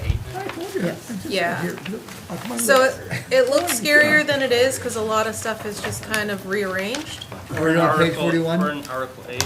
Article 8, first I would like to visit the buffer stuff. Probably 813. Okay, 813? 813 Oh, buffers. there we go. I'll give you a page number in a minute. 18, 19, 20, 21, Oh, Jesus. 22. I still say they should have been large print. That's why they're large page. I guess. Yeah, 'cause available. So, the meat of it's on 22. 18 was really just moving a table that got out of place. So, 822, is that where you are? so Article 8, page 22, Okay, Okay. gotcha. which your heading is on the previous page. This, I took a little liberty with, but I wanted to increase buffering standards with solar in mind, but also these apply throughout the city where they're applicable. So there's 2 of them involved. Buffers between existing residential uses and new non-residential uses. So that covers a lot of scenarios. And then I kept the same standards that we have now, it's in black, but just for the urban core, and increased it outside the urban core. So, and then there's some language at the beginning about you can count your existing vegetation toward this if it exists, but you gotta like demonstrate how it helps meet the standard. What if you demolished it, so? So now this means that in the rural area, in the drinking, water zone, et cetera, you can't put a solar array, anything non-residential, 10 feet up to somebody's backyard. 22 in section 8. How would this apply? Okay, we've got some solar projects, let's say they're out in public view, the ones on 180. The ones at AWALT will be out in public view. The one that's currently being built on the Bucksport Road, Nowhere nobody can near see. anybody. Right. Yeah, that. That would be, you have all of these trees on your property, nobody's in your way, you're good. Right, so I mean, do we need wording in there that, or is that, do we say, okay, I mean, the whole thing is surrounded by forest, that's a buffer? Or- I think that we need to That make wording. sure that they maintain some space. No, but what I'm saying is that the project that's going in there now, they put a fence up, are they gonna have to plant all these No. bushes and trees? No, Okay. No. and this. I think that and- covers it. Existing. And if it's out in the middle of nowhere, say you're a 100-acre lot and a 100-acre lot, and one of them has a house on it, like, yeah, that would apply, but it should. Like, they wouldn't necessarily need to plant it, but they should, like, identify it on the plan as this is gonna be trees, this 50 feet forever. Because the existing use next door is residential, that's the only reason. And I mean, this is, if we wanna permit solar in all those rural areas where you're mixing with residential areas, you have to do something like that. I mean, the alternative is take it out.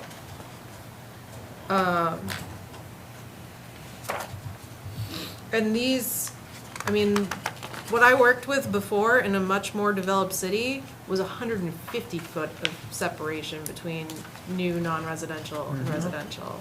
I mean, 10 feet is literally nothing. 50 feet is not that much either, you know, to have humming next to you or whatever, whether it's from solar or a refrigerator, like a big refrigerator, not a household. Similar in the road buffer one. So this, just below it, 81317.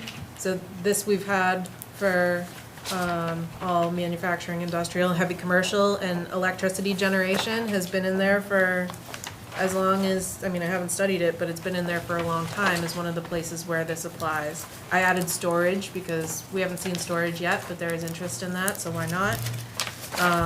So that's buffering from the road for any projects like this. The Mariahville Road projects would be a good example, I think. I looked at that and was like, what was the buffering requirement in place when these were approved? And like, it is shown on the plan like a buffer, but it's a bunch of pine trees and like a little bit of a berm, but not really. So you see right through it. So I increased that as well, regardless of the location. I don't think you're gonna have a ton of these type of uses in the urban core, although we did see that with new storage units on Kingston Crossing. So we did apply the road buffer there. Same thing, like, if it is like the Mariahville Road situation, you have existing trees, I wanna know what, you know, just saying there's trees here doesn't really ensure anything. What are they? And how big are they? And that'll help figure out if they need to plant more or if they're sufficiently buffered to. So these trees, et cetera, the plantings are in addition to fences or? Yes. And/or, because your last statement, develop can choose to use planting, fences, wall berms, or a combination thereof. For the road buffer one, yes. So you can use either or. In the to that urban statement? core, no, you can only use fences or walls outside the urban core. Berms, I guess you can use anywhere. I don't love that, but I wasn't prepared to mess with that this go round. I don't think that's a good use of space. Or dirt.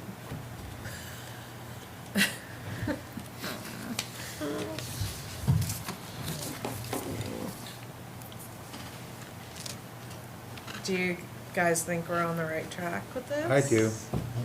I'm always just concerned with enforcement, especially when you're using existing trees, especially during a construction period, like, will they make it? Yeah. They were on your initial Yeah. plan. Yeah. Then you dug a huge hole, they're probably gonna die.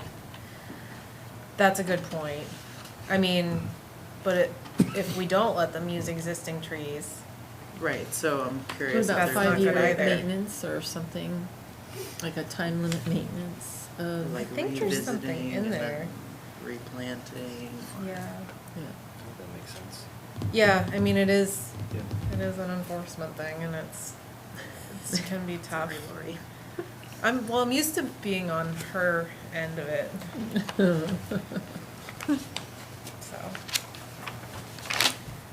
But it makes sense how you ran that, just in practice. could there go away. is, early on, where is it? Do you have a width standard for what's existing? I don't see a width there to say how much existing. Is it supposed to be 50 feet like we see outside of the urban core? Where are you looking? This is under this like standard existing trees and shrubs may contribute to compliance with the standard. So I guess that means that you would need to have at least 50 feet of existing trees or shrubs outside of the urban core. Either you would need to have that, or you would say, like, I have this beautiful oak tree in this 50-foot area. I want to count that toward these 13 trees or however many I need to do. Oh, okay. So you're just counting the like trees. Just actually the trees that are identify the already tree there on the that you would plan otherwise and plant. add planting around it. Uh-huh. But I don't think it, this is not landscape architect level stuff. Yeah, I'm trying to avoid a developer saying we have existing trees and shrubs and it not being enforceable that they need to have certain quantity or width of those trees, similar to what you have on the Moriahville Road, which I've driven on and seen. It seems like those are, you can totally see right through them. Right. Are they gonna make it? Right. So is there a loophole that they could say, well, we have existing trees, so we meet the standard, or not? They could use them, but so when I'm asking for, I'm saying you can contribute existing vegetation to compliance with below, basically, if you're showing me on the site plan where they are, what their species is, and how big they are. So if you tell me it's a white pine Okay. and it's 12 inches diameter, that's not doing any buffering. Yep. Okay. So do you wanna go on, 813.17, paragraph B, sentence 3, bottom line, the developer, and you've got the two words, can choose, should those perhaps be considered, removed, and just developer to use, instead of can choose?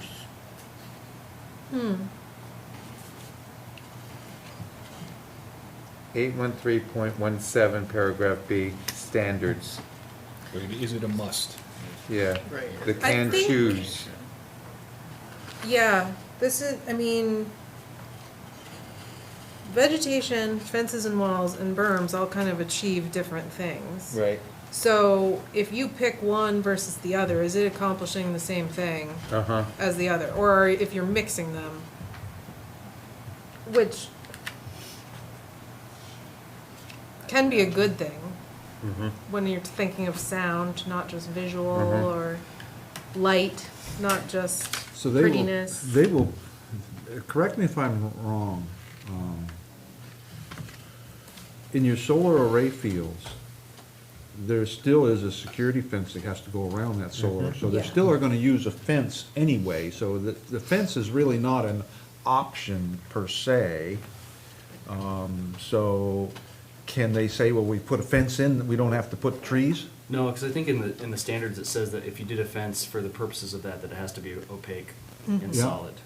But I'm thinking if reading this, it's can choose plantings, fences, walls, or berms, they're gonna say, well, we've got a fence, we don't need to have plantings, et cetera, et cetera. No. Are they gonna come up with that? Cause they can't do an opaque fence with the new language that I've proposed elsewhere. Yeah, it's saying And it has to be doesn't solid. it doesn't accomplish any screening, Okay. you know, that's a pretty clear, So we remove can choose?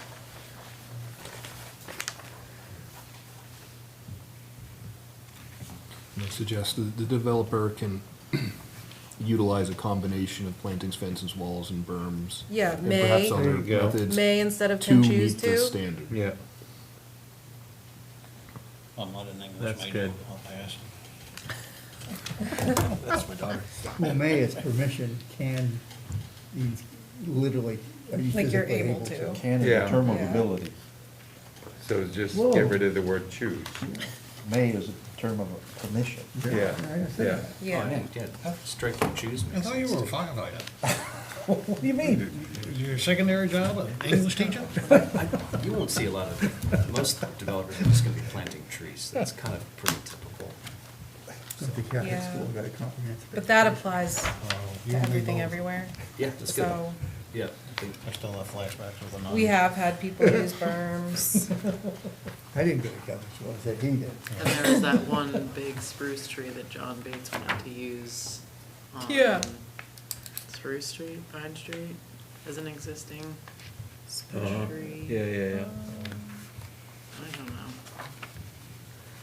Yeah, that was in Moving my on? early Yeah. months. Yeah, I'm trying to get to the page. Page 41. We're getting bogged down. Thank you, Yeah, You've done a good job with it, anyway. So Yeah. much time. yeah. yeah. thank you. Absolutely. It's I haven't done this, except for bringing sign ordinance amendments to Dover, I haven't written hardly anything, so. And now you can say you have. No, I can say I have. Well, let's succeed before we start bragging about it. Yeah, 41. All right. So again, I think it looks a little scarier than it is. I'll try to go line by line. No, Well, but like, I'll try to go chunk by chunk. in order. So, removed the performance standards thing, that looked like draft language. Level of review, what we talked about earlier. Getting away from just saying here, major and large need to, or medium and large need to go to planning board, and referring them back to Article 6. Submission requirements, pretty basic. Fees, Laurie did have a comment on fees. It's electrical code and structure area? Yes. Building code, the arrays, Oh, I wanna get a building permit and an electrical permit. Charge them extra. Well, it's because the array itself and being in the ground the way it You're a city is, electrical inspector? You don't need a state electrical permit, right? No. Yeah, gotcha, yeah. you don't need, when it's affixed to the ground, it falls under the definition of a structure. And all structures over 10 square feet are supposed to get a permit. So, and, as of January, I started doing that. so if Should we have a special fee just for solar farms? Well, I don't Once they think, give we'd me- have to develop some rationale for that. They want their money. Cause at 20 cents a square foot, What he said. 20 cents a square foot, 400 square feet, 400,000 square feet of space. It It's adds a up. pretty substantial building Yeah. permit fee. Yeah, but we weren't charging Tens of anything. thousands. Oh, you weren't? We None of weren't these charging- guys have paid? Anything? I'm sorry? None of these guys have paid that Oh, fee? yeah, they have. They must have, to get their building permit. They Well, get a she building- didn't no, have they that weren't at the time. interpretation until recently. Oh, you didn't have that metric, that math for the 20 cents a square foot? No, we didn't have, we were only charging an electrical permit fee. And structure permit only like if you did a slab for equipment. And that was the only building permit fee. Do you think I'm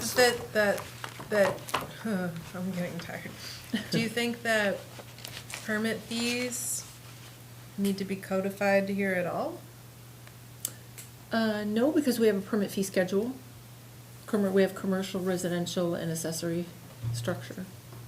Like if you're teaching a new Bobby how to do permits for solar, are you like, okay, now you look at chapter 56, article 8, to find out what you're gonna charge them for? Not really, right? No. You teach them.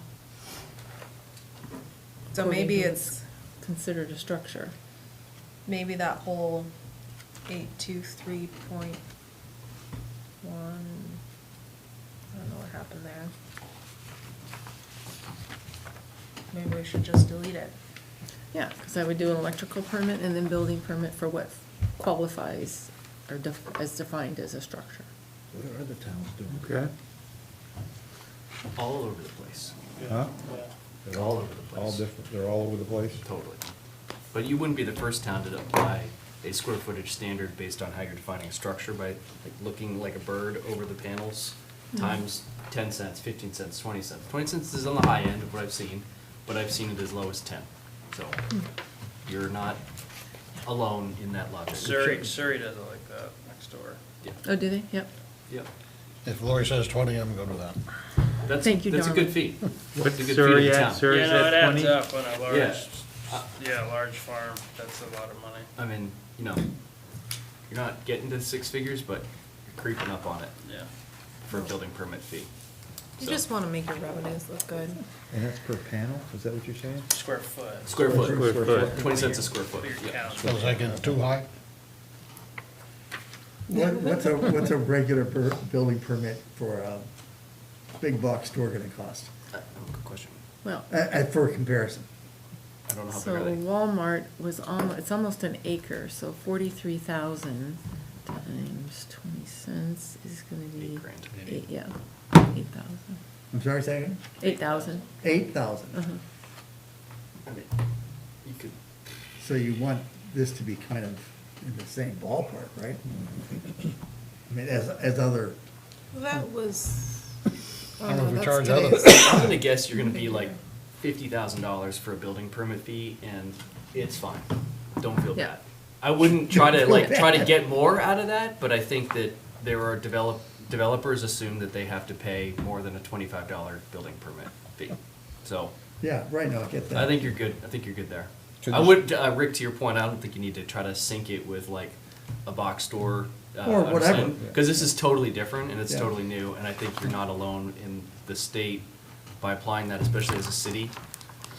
So, So Lori, what was your electrical fees for something like that, remember? Yes, my latest one on the Bucksport Road was 11,000. Yeah, so, in comparison, if you didn't have, you're unique in that you have a city electrical inspector. If you're a small town in Southern Maine that doesn't have that, the EPC, the contractor would be getting an electrical permit from the state for $0. zero? Zero. It's free and you get it instantly. Oh my. So, electrical side, I don't know that there's really a metric or comparison to say, this is what's happening elsewhere. I think it makes sense to capture your fees on the building permit side and kind of capture that high value at 20 cents a square foot. Interesting. If you're trying to be kind of consistent. From the horse's mouth to the piece of paper. I'd go with it. I mean, could that have been part of the reason why we saw so many projects early on? Is No. that they recognized? No. I think it was all to get on board with the Yeah. The tax supplying. incentive. You have load and infrastructure here, that's what's driving your development, they're not looking out and going, who's got cheap building permit fees? That's like a rounding error on these projects, a 50K adder. Okay. A rounding error, It yeah. is. Access points to. Access to the points. electrical grid. Route around one, this area big, is big crazy. So much thoroughfare. land. Yeah. Yeah. Let's keep going. People live here, you know. Moving along, I mean, I just Yeah. I got a question on 823-3A fencing. Oh, you jumped way ahead, okay.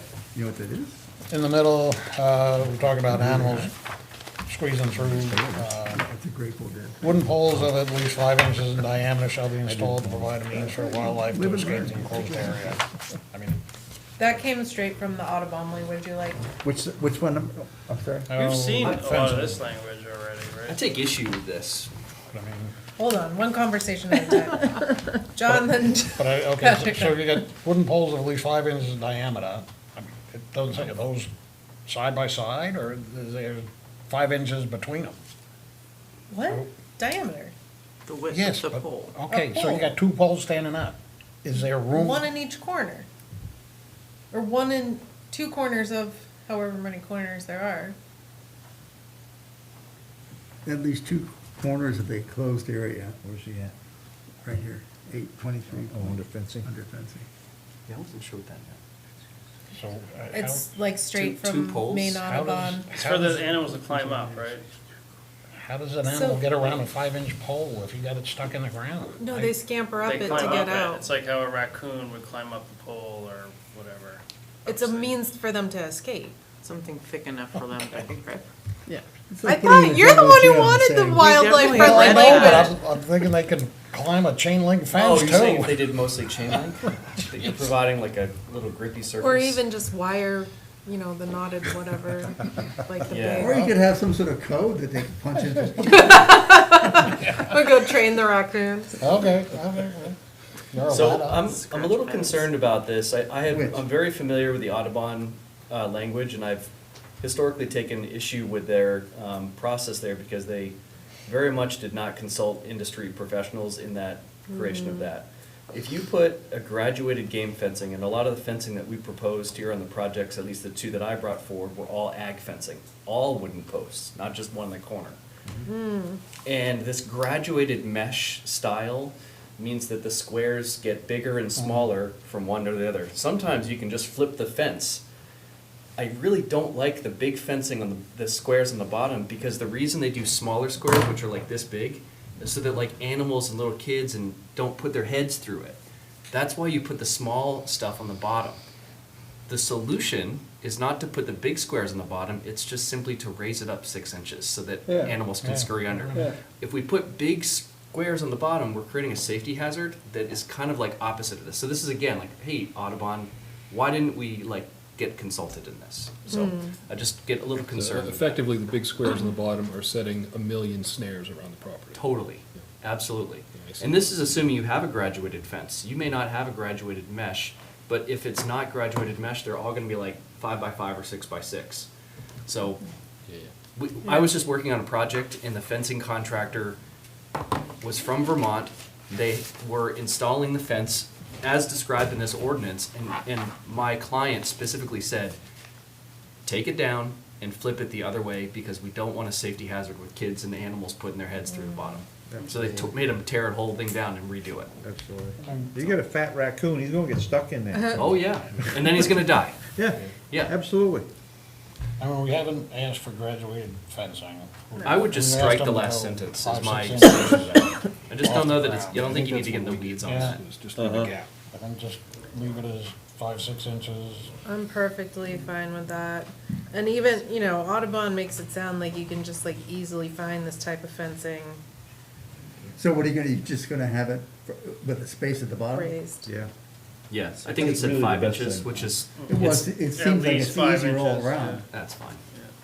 So just scratch that whole The final sentence. The last sentence. sentence. Yeah, because even if an animal's too big, it can always dig the ground to get through if Oh, they yeah. have to.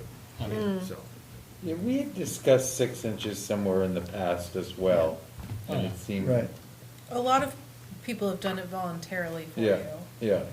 No, the ones in Mariahville, that one with the solid thing, I mean, that goes right down to the ground, right? I don't think that's a gap at all. remember. I don't recall. I don't think that one, that was the That was first one, the- and I'm not yeah. sure we asked them to do that. we didn't, those two, we did not get Yeah. into that. Yeah, Okay. and a good healthy deer is gonna jump over it. Okay. So the next section is pretty heavy I worked a lot with John Whedon on this. So this is all about establishing and maintaining vegetation. I kind of explained some of the reasons we're concerned about it. Ellsworth in particular, we've seen a lot of these projects be located on what had been forest or what was recently timber harvested. So it's a drastic change, even if it's remaining in the natural state. And then not only do we have the drinking water supply, Branch Lake to worry about, Green Lake, Graham Lake, everything else. I mean, water bodies and their health are super important to our tax base, in addition to all the other things that are wonderful about them. So, and we have issues with flood control in this city, right? And we have dams, and so there's a lot. So that all kind of plays into it. I tried to be pretty careful. We originally had talked about maybe like pollinator-friendly species planting. That seemed like either too specific or like maybe could do more harm than good if mowing happens at the wrong time. So instead I focused more on, you know, a combination of different types of plants that are suited to whatever site is there. And that will help pollinators anyways. And like as well as the benefits that that type of vegetation provides. So if you look up like erosion control seed mix or something, there's all these different seed mixes out there that you can buy, and they'll talk about this stuff is tolerant of heat and drought, or this is good for the wildlife, or so we've seen wetlands impacted by solar, and we've seen, you know, rocky hillsides too. So those are different environments, and you're exposing soil that hasn't been exposed, and it's a whole thing. So I think, is it easy to judge when they bring it to us? Maybe not, but at least it's not whatever random seed mix that would go on a golf course makes it into the application. We're making sure it's given some thought. John was pretty serious about non-phosphorus fertilizer, if fertilizer is necessary. We codified the process that had been used a few times of involving him in the inspections on like a quarterly basis for 2 years to make sure things are really happening. I mean, John's really loves his job and like is serious about it, so hopefully anybody would continue with that, but I really have faith in him to assist Lori in that and He's awesome. Well, deal with that. the issue about the fertilizers is this type, I'm thinking PFAS. Is this something that would need to be tested before? Oh my God. Considering We're not allowed it's- to use pesticides per the DEP rules. What's that? We're not allowed to use pesticides per DEP rules. But are you thinking Yeah. about Well, sludge? considering, Or just what's in the anything? bag of fertilizer? Right. You know, I mean, what's been spread on fields for 20, 30 years, he said, oh, that's absolutely safe. Well, I mean, I think I did like quick research into non-phosphorus fertilizer because that's what planters do apparently. That's like feather meal and stuff. Okay, Molly. Your Yeah, you expertise. use more organic materials. You can't say you can only use organic fertilizers. Organic fertilizers still can contain phosphorus, which is highly pollutant to any water body and directly affects algae growth, and can quickly kind of like imbalance pH, and so there's a lot of science to it. I don't know how you can. I mean, fungicides are also just as harmful as pesticides, as are herbicides. So to say one thing is allowed and one thing isn't is difficult, but I like what you have so far. It's kind of specific. And until you mentioned to me that seeds are treated with fungicides perhaps, or that makes perfect sense, but it never would have occurred to me. And if you introduce a seed that has been adulterated by another seed that's really invasive, then this says you have to kind of manually eradicate that, which in some ways is impossible to a large scale. So I don't know, but that's why we have so much Japanese knotweed. It's because fill isn't clean and it's used in projects willy-nilly because we didn't know a lot about it. I hate this stuff. It's pretty. It's like the easiest, it's like the canary in the coal mine for invasives. And we continue to spread it because we don't cook and clean our fill. So it's difficult. Okay, but on the next page, on 43, on the vegetation management, I think you should include something in there. Shall be accomplished only by mechanical means. There are several solar farms that sheep and goats. The what? Sheep and goats are put in there. I think, I mean, nobody has mentioned using one, but I think we should allow that possibility if somebody wants to do it. so if you look back to the page before, 823.4, which is overarching of all of that, right? The final sentence, or the final couple, so start in the middle. SES proposed to be located entirely over existing impervious surface shall be exempt from the below standards.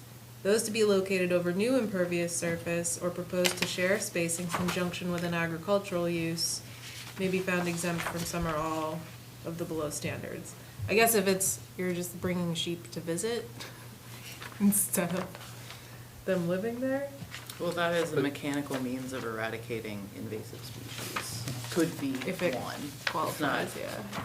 I wouldn't say that's like an Are agricultural you gonna use. tell people to get their sheep out of here? So, I don't know, I gotta look at my, it's in Article 8, my, It's gotta be in there somewhere. chickens and farm animals, and, I don't know if that's part of what you have there, I don't have it in front of me, but, so, in certain areas, you can have chickens and no roosters.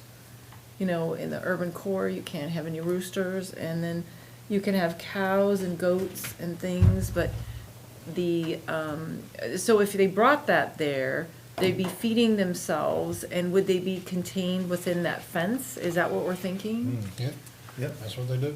Yeah. Or you could put the solar array in the middle of an already existing pasture or something. You just say, this part's gonna be the solar, the solar farm is gonna live within a area that's used for So that agricultural uses. containment area, or what we would consider their cage of sorts, has to be 200 feet from the nearest window of the neighboring dwelling. So, I don't, I've got some specifics in the ordinance of how far things have to be when you keep these types of animals, like pigs and, yeah. It still doesn't stop smells, let me tell you. Still what? Doesn't stop the Doesn't smell. stop. Well, if you put using the sheep and goats on the Maryville Road ones, you ain't gonna smell them anyway, you're gonna smell DNR. Now, it's getting better. I don't know how much it'll come up, but I think we could permit it as a mechanical means, chomping. Robot goat. I was gonna say, only if it's an AI sort of thing, right? G1000. But I guess The what solar would we farm do equivalent of a if Mr. Wheaton goes up there in 2 years and it's like, oh, all these sedges you put in that are appropriate for the landscape died, and so what came back is like crabgrass or whatever it is. I mean, isn't he going to have to implement a whole new planting plan? Wow. That's a good question. Yeah. Because he would be complying with the DEP standards. All it has to be is revegetated. Right. Stabilized. Which this is Doesn't- elaborating This on. is way more, yeah. Yeah. What's the intent behind it? Are you trying to create maybe more of a visual thing with the kind of the pollinator friendly? Not really stuff, or- visual at all, it's more about, making sure that vegetation does get established, that there's not erosion and sedimentation, that it's a mix of things that are gonna survive and support the rest of the ecosystem. And not add, like, in addition to silt or, soil erosion, not add, you know, chemical herbicide compounds or the phosphorus in particular to the water bodies. Because some of them, I mean, I was kind of advocating for prohibiting solar in the drinking water zone, and that didn't have much traction, so we have seen some there, those are those Bucksport Road sites, right, so, it's kind of a balance or a way to get at something. We need to protect the drinking water watershed, so. Yeah, I actually think this is like pretty standard for a solar project to agree to. It's probably within their vegetation management plan anyways to do like a conservation seed mix, which is gonna have a little bit of wildflower. And it needs to work for the soil type. If it doesn't grow and dies, they're totally out of compliance with their DEP permits. But don't know, you know, will it turn to crabgrass? Probably not, because it's gonna grow and sort of reseed everywhere. If they're using like the native soil that was there. If they're importing soil from away, you know, outside of it, then that may have some other stuff in there. But, you know, they're gonna wanna revegetate and stabilize as soon as possible, so that probably kinda gets ahead of the growth of any dominant crabgrass species or something like that. So, I actually think this is like pretty It shouldn't be too difficult. No, you're just being pretty specific, but I think everybody will check boxes on it. Yeah. So. Well, ladies and gentlemen, Mandatory. if you It want has become too painful. if you want to pursue this conversation during business hours, that'd be lovely. I'm about an hour behind on my bedtime. So Night, night. if you have any input from me that you need, please reschedule me. Thank you, very Mark. much. Let's move on to whatever important. There's some relocated stuff. Chris, I didn't mean to like save stormwater for the very No, okay. Don't worry about end. Do we wanna get into that? Basically, instead of having really wishy-washy language about what's gonna be pervious or not, I just called it half, based on the conversations we'd had. I mean, I know it's not, you know, a giant roof or parking lot out there, but it's also not nothing. Well, what's the, from reading the correspondence, it seems like DEP, correct me if I'm wrong, DEP does not count the panels as any impervious. Right. We wanna now count half of the panels impervious, is that what? That is what it's saying. But DEP says you don't have to. Right, But you can be more stringent if you want to. right, which we already are more stringent than DEP in the realm of stormwater. How have we dealt with the previous solar? Have we counted panels towards impervious? No. It's just been based on whatever, like your road and And foundation things and like the stuff. footers. Right. Yeah, the So you conversation I can recall were cover, really just the Yeah. footers, and it was you know, trivial. the Right. 20, Right, yeah. 50, Yeah. whatever What can it be, acres. What's that? You can cover acres and acres and acres in solar panels and, you know, it's really pretty much your road that contributes impervious unless you count some portion of the panels themselves. I mean, I don't know. I'm not a stormwater engineer, Yeah, right? from a practical standpoint, that's why I included these images for you in the back of the packet to show, these are projects all that I've worked on, so they're not like Google stock images. These are Chris Byers photos. Who sold them to Google? Yeah, right. I'm not that smart. I don't know how to do that. The first one actually is gray. You may have driven by this on the turnpike. I didn't see that. Oh, yeah. That's a project I worked on. So, you know, there's all vegetation growing underneath these, and so I just think like from a common sense practical standpoint, there is not, if you describe half of the area covered by solar panels, you're effectively putting concrete pads underneath every single row. And I'm showing you in these pictures that that's just not the case. You have water infiltration happening, and that is a stormwater management meadow buffer that the DEP recognizes, which is why we don't have a lot of like huge detention ponds. So this language would actually be unintentionally creating a massive alteration of terrain on your projects. You would have huge permanent detention basins, massive like BNP stormwater channels to deal with the impervious area.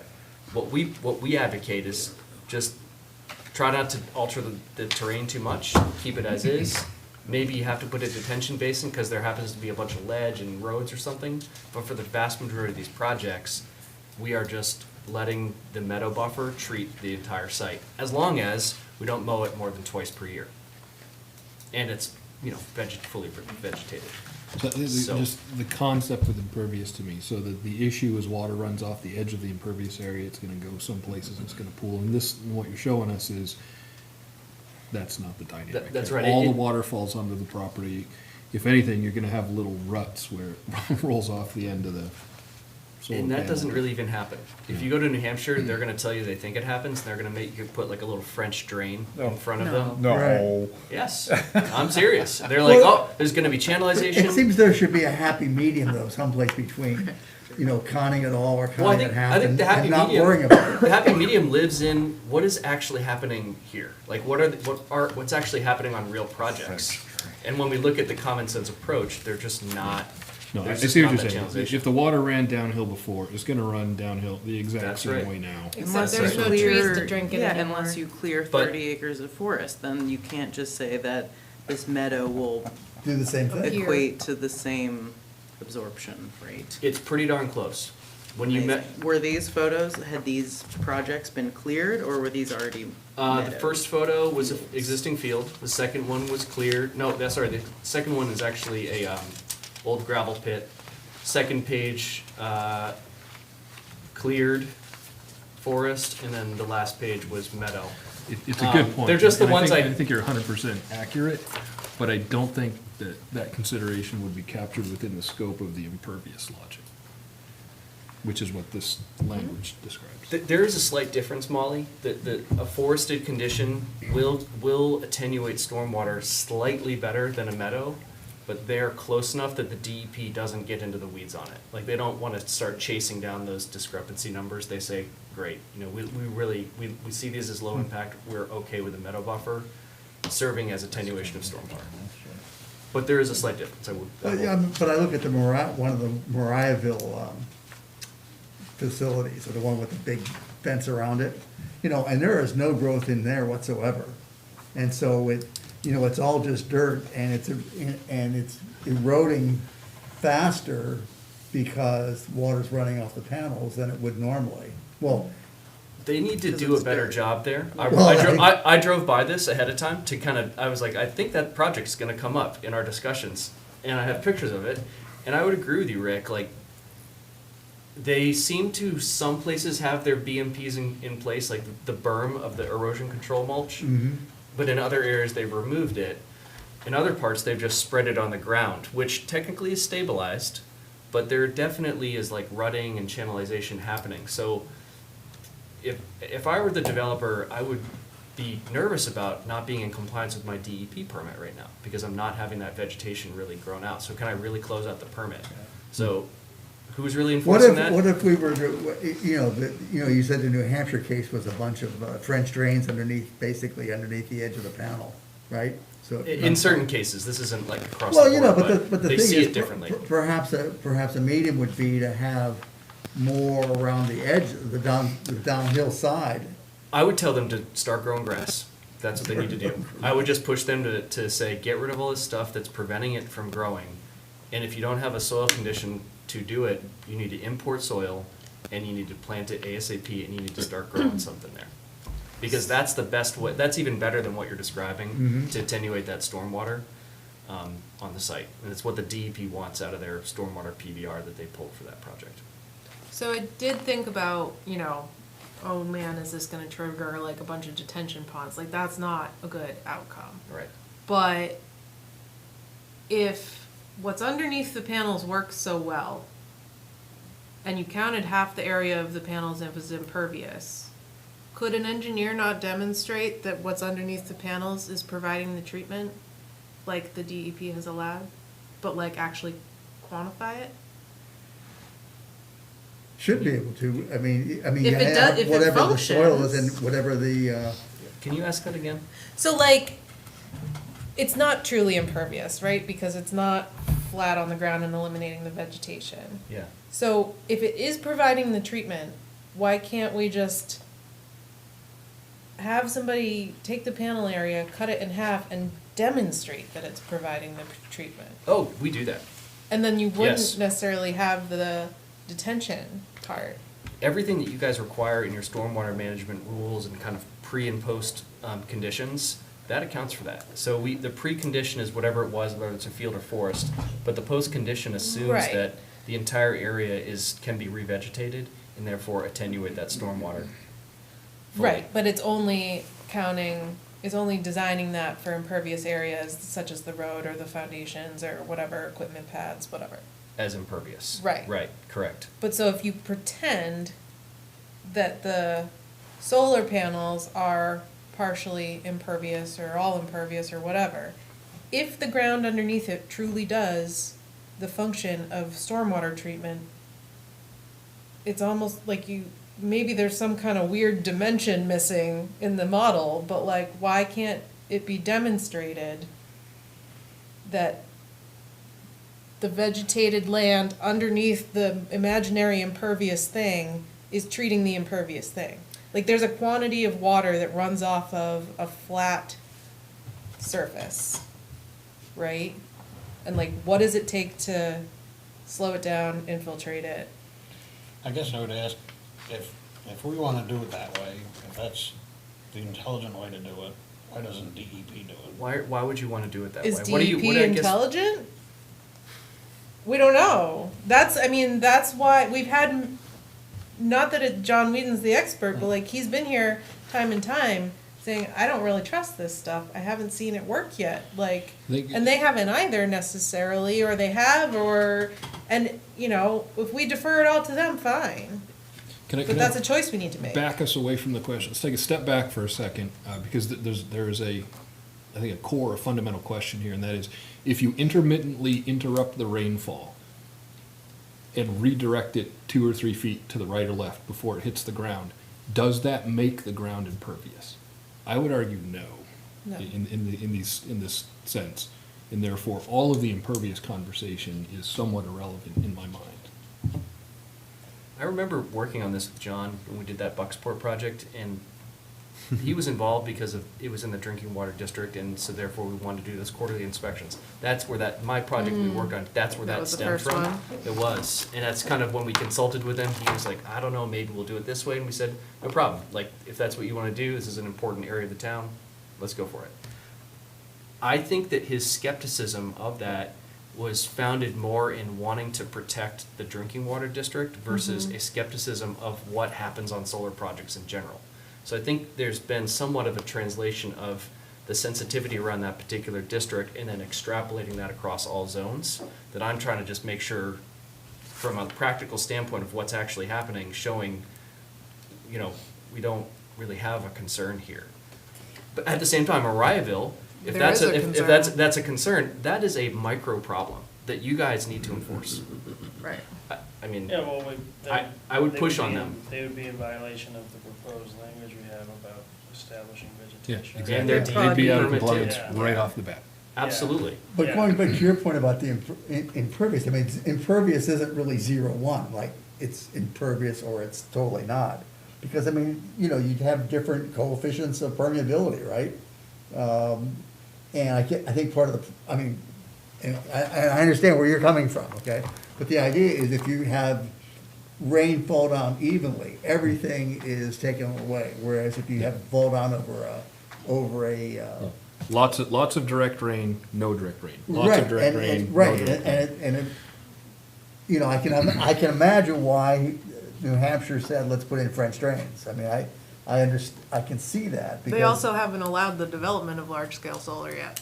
Right, Or they're, at least not they're in a incentivized. very different category, Yeah. and you would think that two states neighboring each other have similar ideas, and they do not. I wouldn't Well, think that, that. no, that doesn't surprise me Not at in all. Hampshire. No. Those guys are, don't get me started on Vermont. It's also like That's where sand I'm and from. rock, so.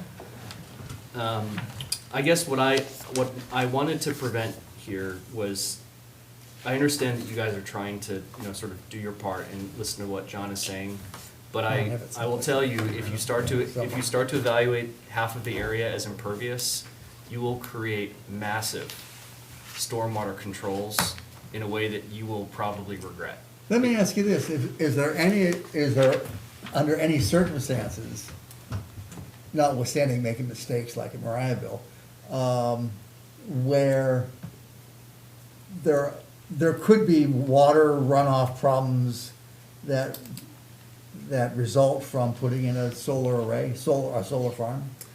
Well, sure, and that one might be a good example of that, but you have to be. Well, that's a question of just doing it wrong. The DEP wants you to demonstrate that you cannot have any additional, well, there's some allowances, you can't have any additional stormwater runoff outside of the project compared to its original condition. Okay. That's a requirement with the DEP. We've had a lot of people concerned, like about it. Under site law? For sure under site law, but it's really chapter 500.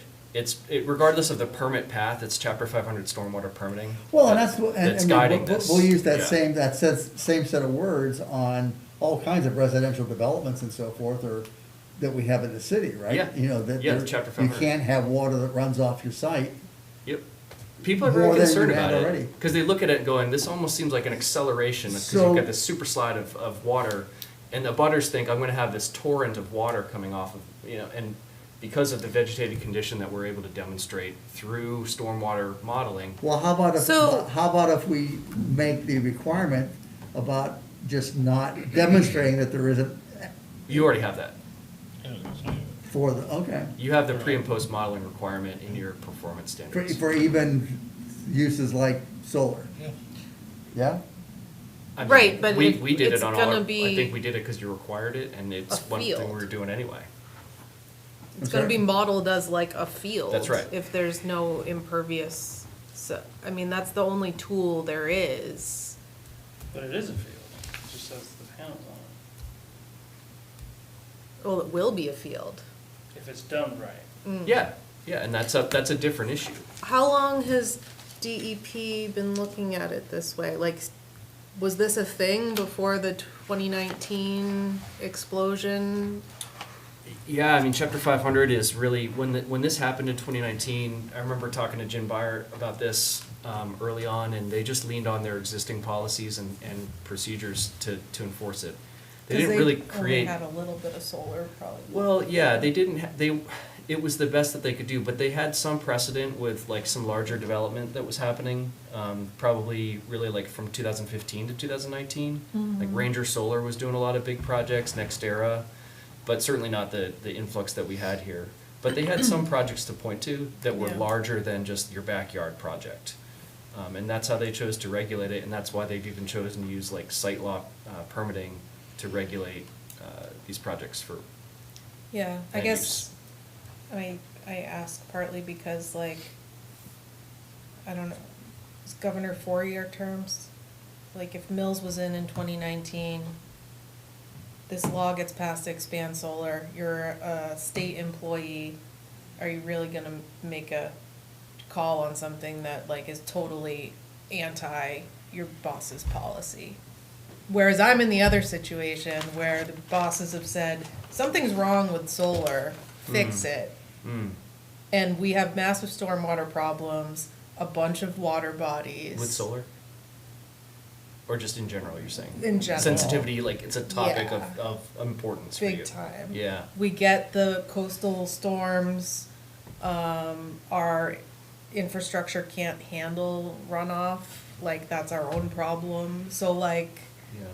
you know, So I It's think an that- unknown, and I'm not an expert to fix it, and I don't think anybody really Well, knows, It right? explains and justifies the question for sure, but. And the language I that we would offer have that now even sucks. just with this conversation, we have addressed that question and adequately shown.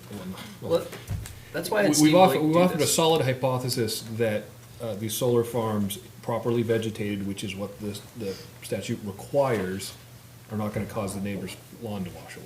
I mean, Right. That's why I had Steve, this is not a letter from me, to be clear. I had Steve Blake, my main licensed PE civil engineer, draft this for me, just to give you that kind of I'm not a PE. I just play one on TV. So he's just a better Local like subject. cable access. Exactly. He's just a better subject matter expert for this, and he did volunteer to say, he's like, Chris, if you want me to come up there some other time, and we can meet with you like offline too, Elena, just to help you Yeah. kind of backfill the pressure, because I'm empathizing with the pressure that I think you're having about like what's going on with stormwater. So I can bring Steve up, and we can just help. with I don't that. have a crystal ball, but here's what I would predict. 50% impervious measurement would cause more disruption and potentially even damage to the land than the actual natural rainfall will on these panels, based on what I've heard. 100%. It has to. You're accounting for a massive But- Walmart parking lot under the panels that would need to be attenuated and controlled. Can I recommend, But- because we're already, sorry, Yeah. saying it's 10 o'clock, Oh my God. and I think we still have a lot more to chew on here, Yeah. that we maybe table Table it this, till next but, and then like Chris and, you know, Andrew's offered too, but I think we've just been too busy to yeah, connect on that topic. yeah, And I just wanna, the reason I was like, with the dimension and the experiment and all of this stuff is exactly because of that. It's like, why would you need detention ponds if what's under it can treat it? yeah, but it You're sounds telling like us what's what under it Chris can is treat saying it. is our requirements already, the Take requirements care of already require the applicant to show that it would treat it, right? I'm saying if we show it as impervious, if you show it as impervious, you need to have those ponds, whereas now we probably don't in most cases need those controls. Because Because we're regarding it as a big meadow and only impervious where all the surfaces are rain falls like this. Correct. not Like. Correct, right. Because And I'm it's not so much where the rain falls, that maybe that's where we're getting a little bit off. It's where is the grass growing to attenuate the water that's falling in this big project area. So even if it falls and comes off the panels, you want to make sure that it can go underneath the solar panels and be attenuated with that vegetation. Right. And what we're showing is there's vegetation everywhere, so that's okay to have the rain fall 2 feet and then drop down. Yeah. Because I think one fallacy of the 50% is you're saying, okay, 50% of the panel, the ground is not absorbing the water, when in fact it is. Right. So I'll go along. I'd be willing to bet most days it rains, the ground under the panels is wet. Yeah, because it's I'd go out on a limb. Because it's I think that's flowing. probably the case. Depending where it is. It's got slope. Yeah, I but I mean- think, again, my point, I think maybe we should Yeah. just chew on it a little Yeah, and bit more. we can provide some better Chris, input. Yeah. provide- That's actually the last thing I had, so I'll stop there too.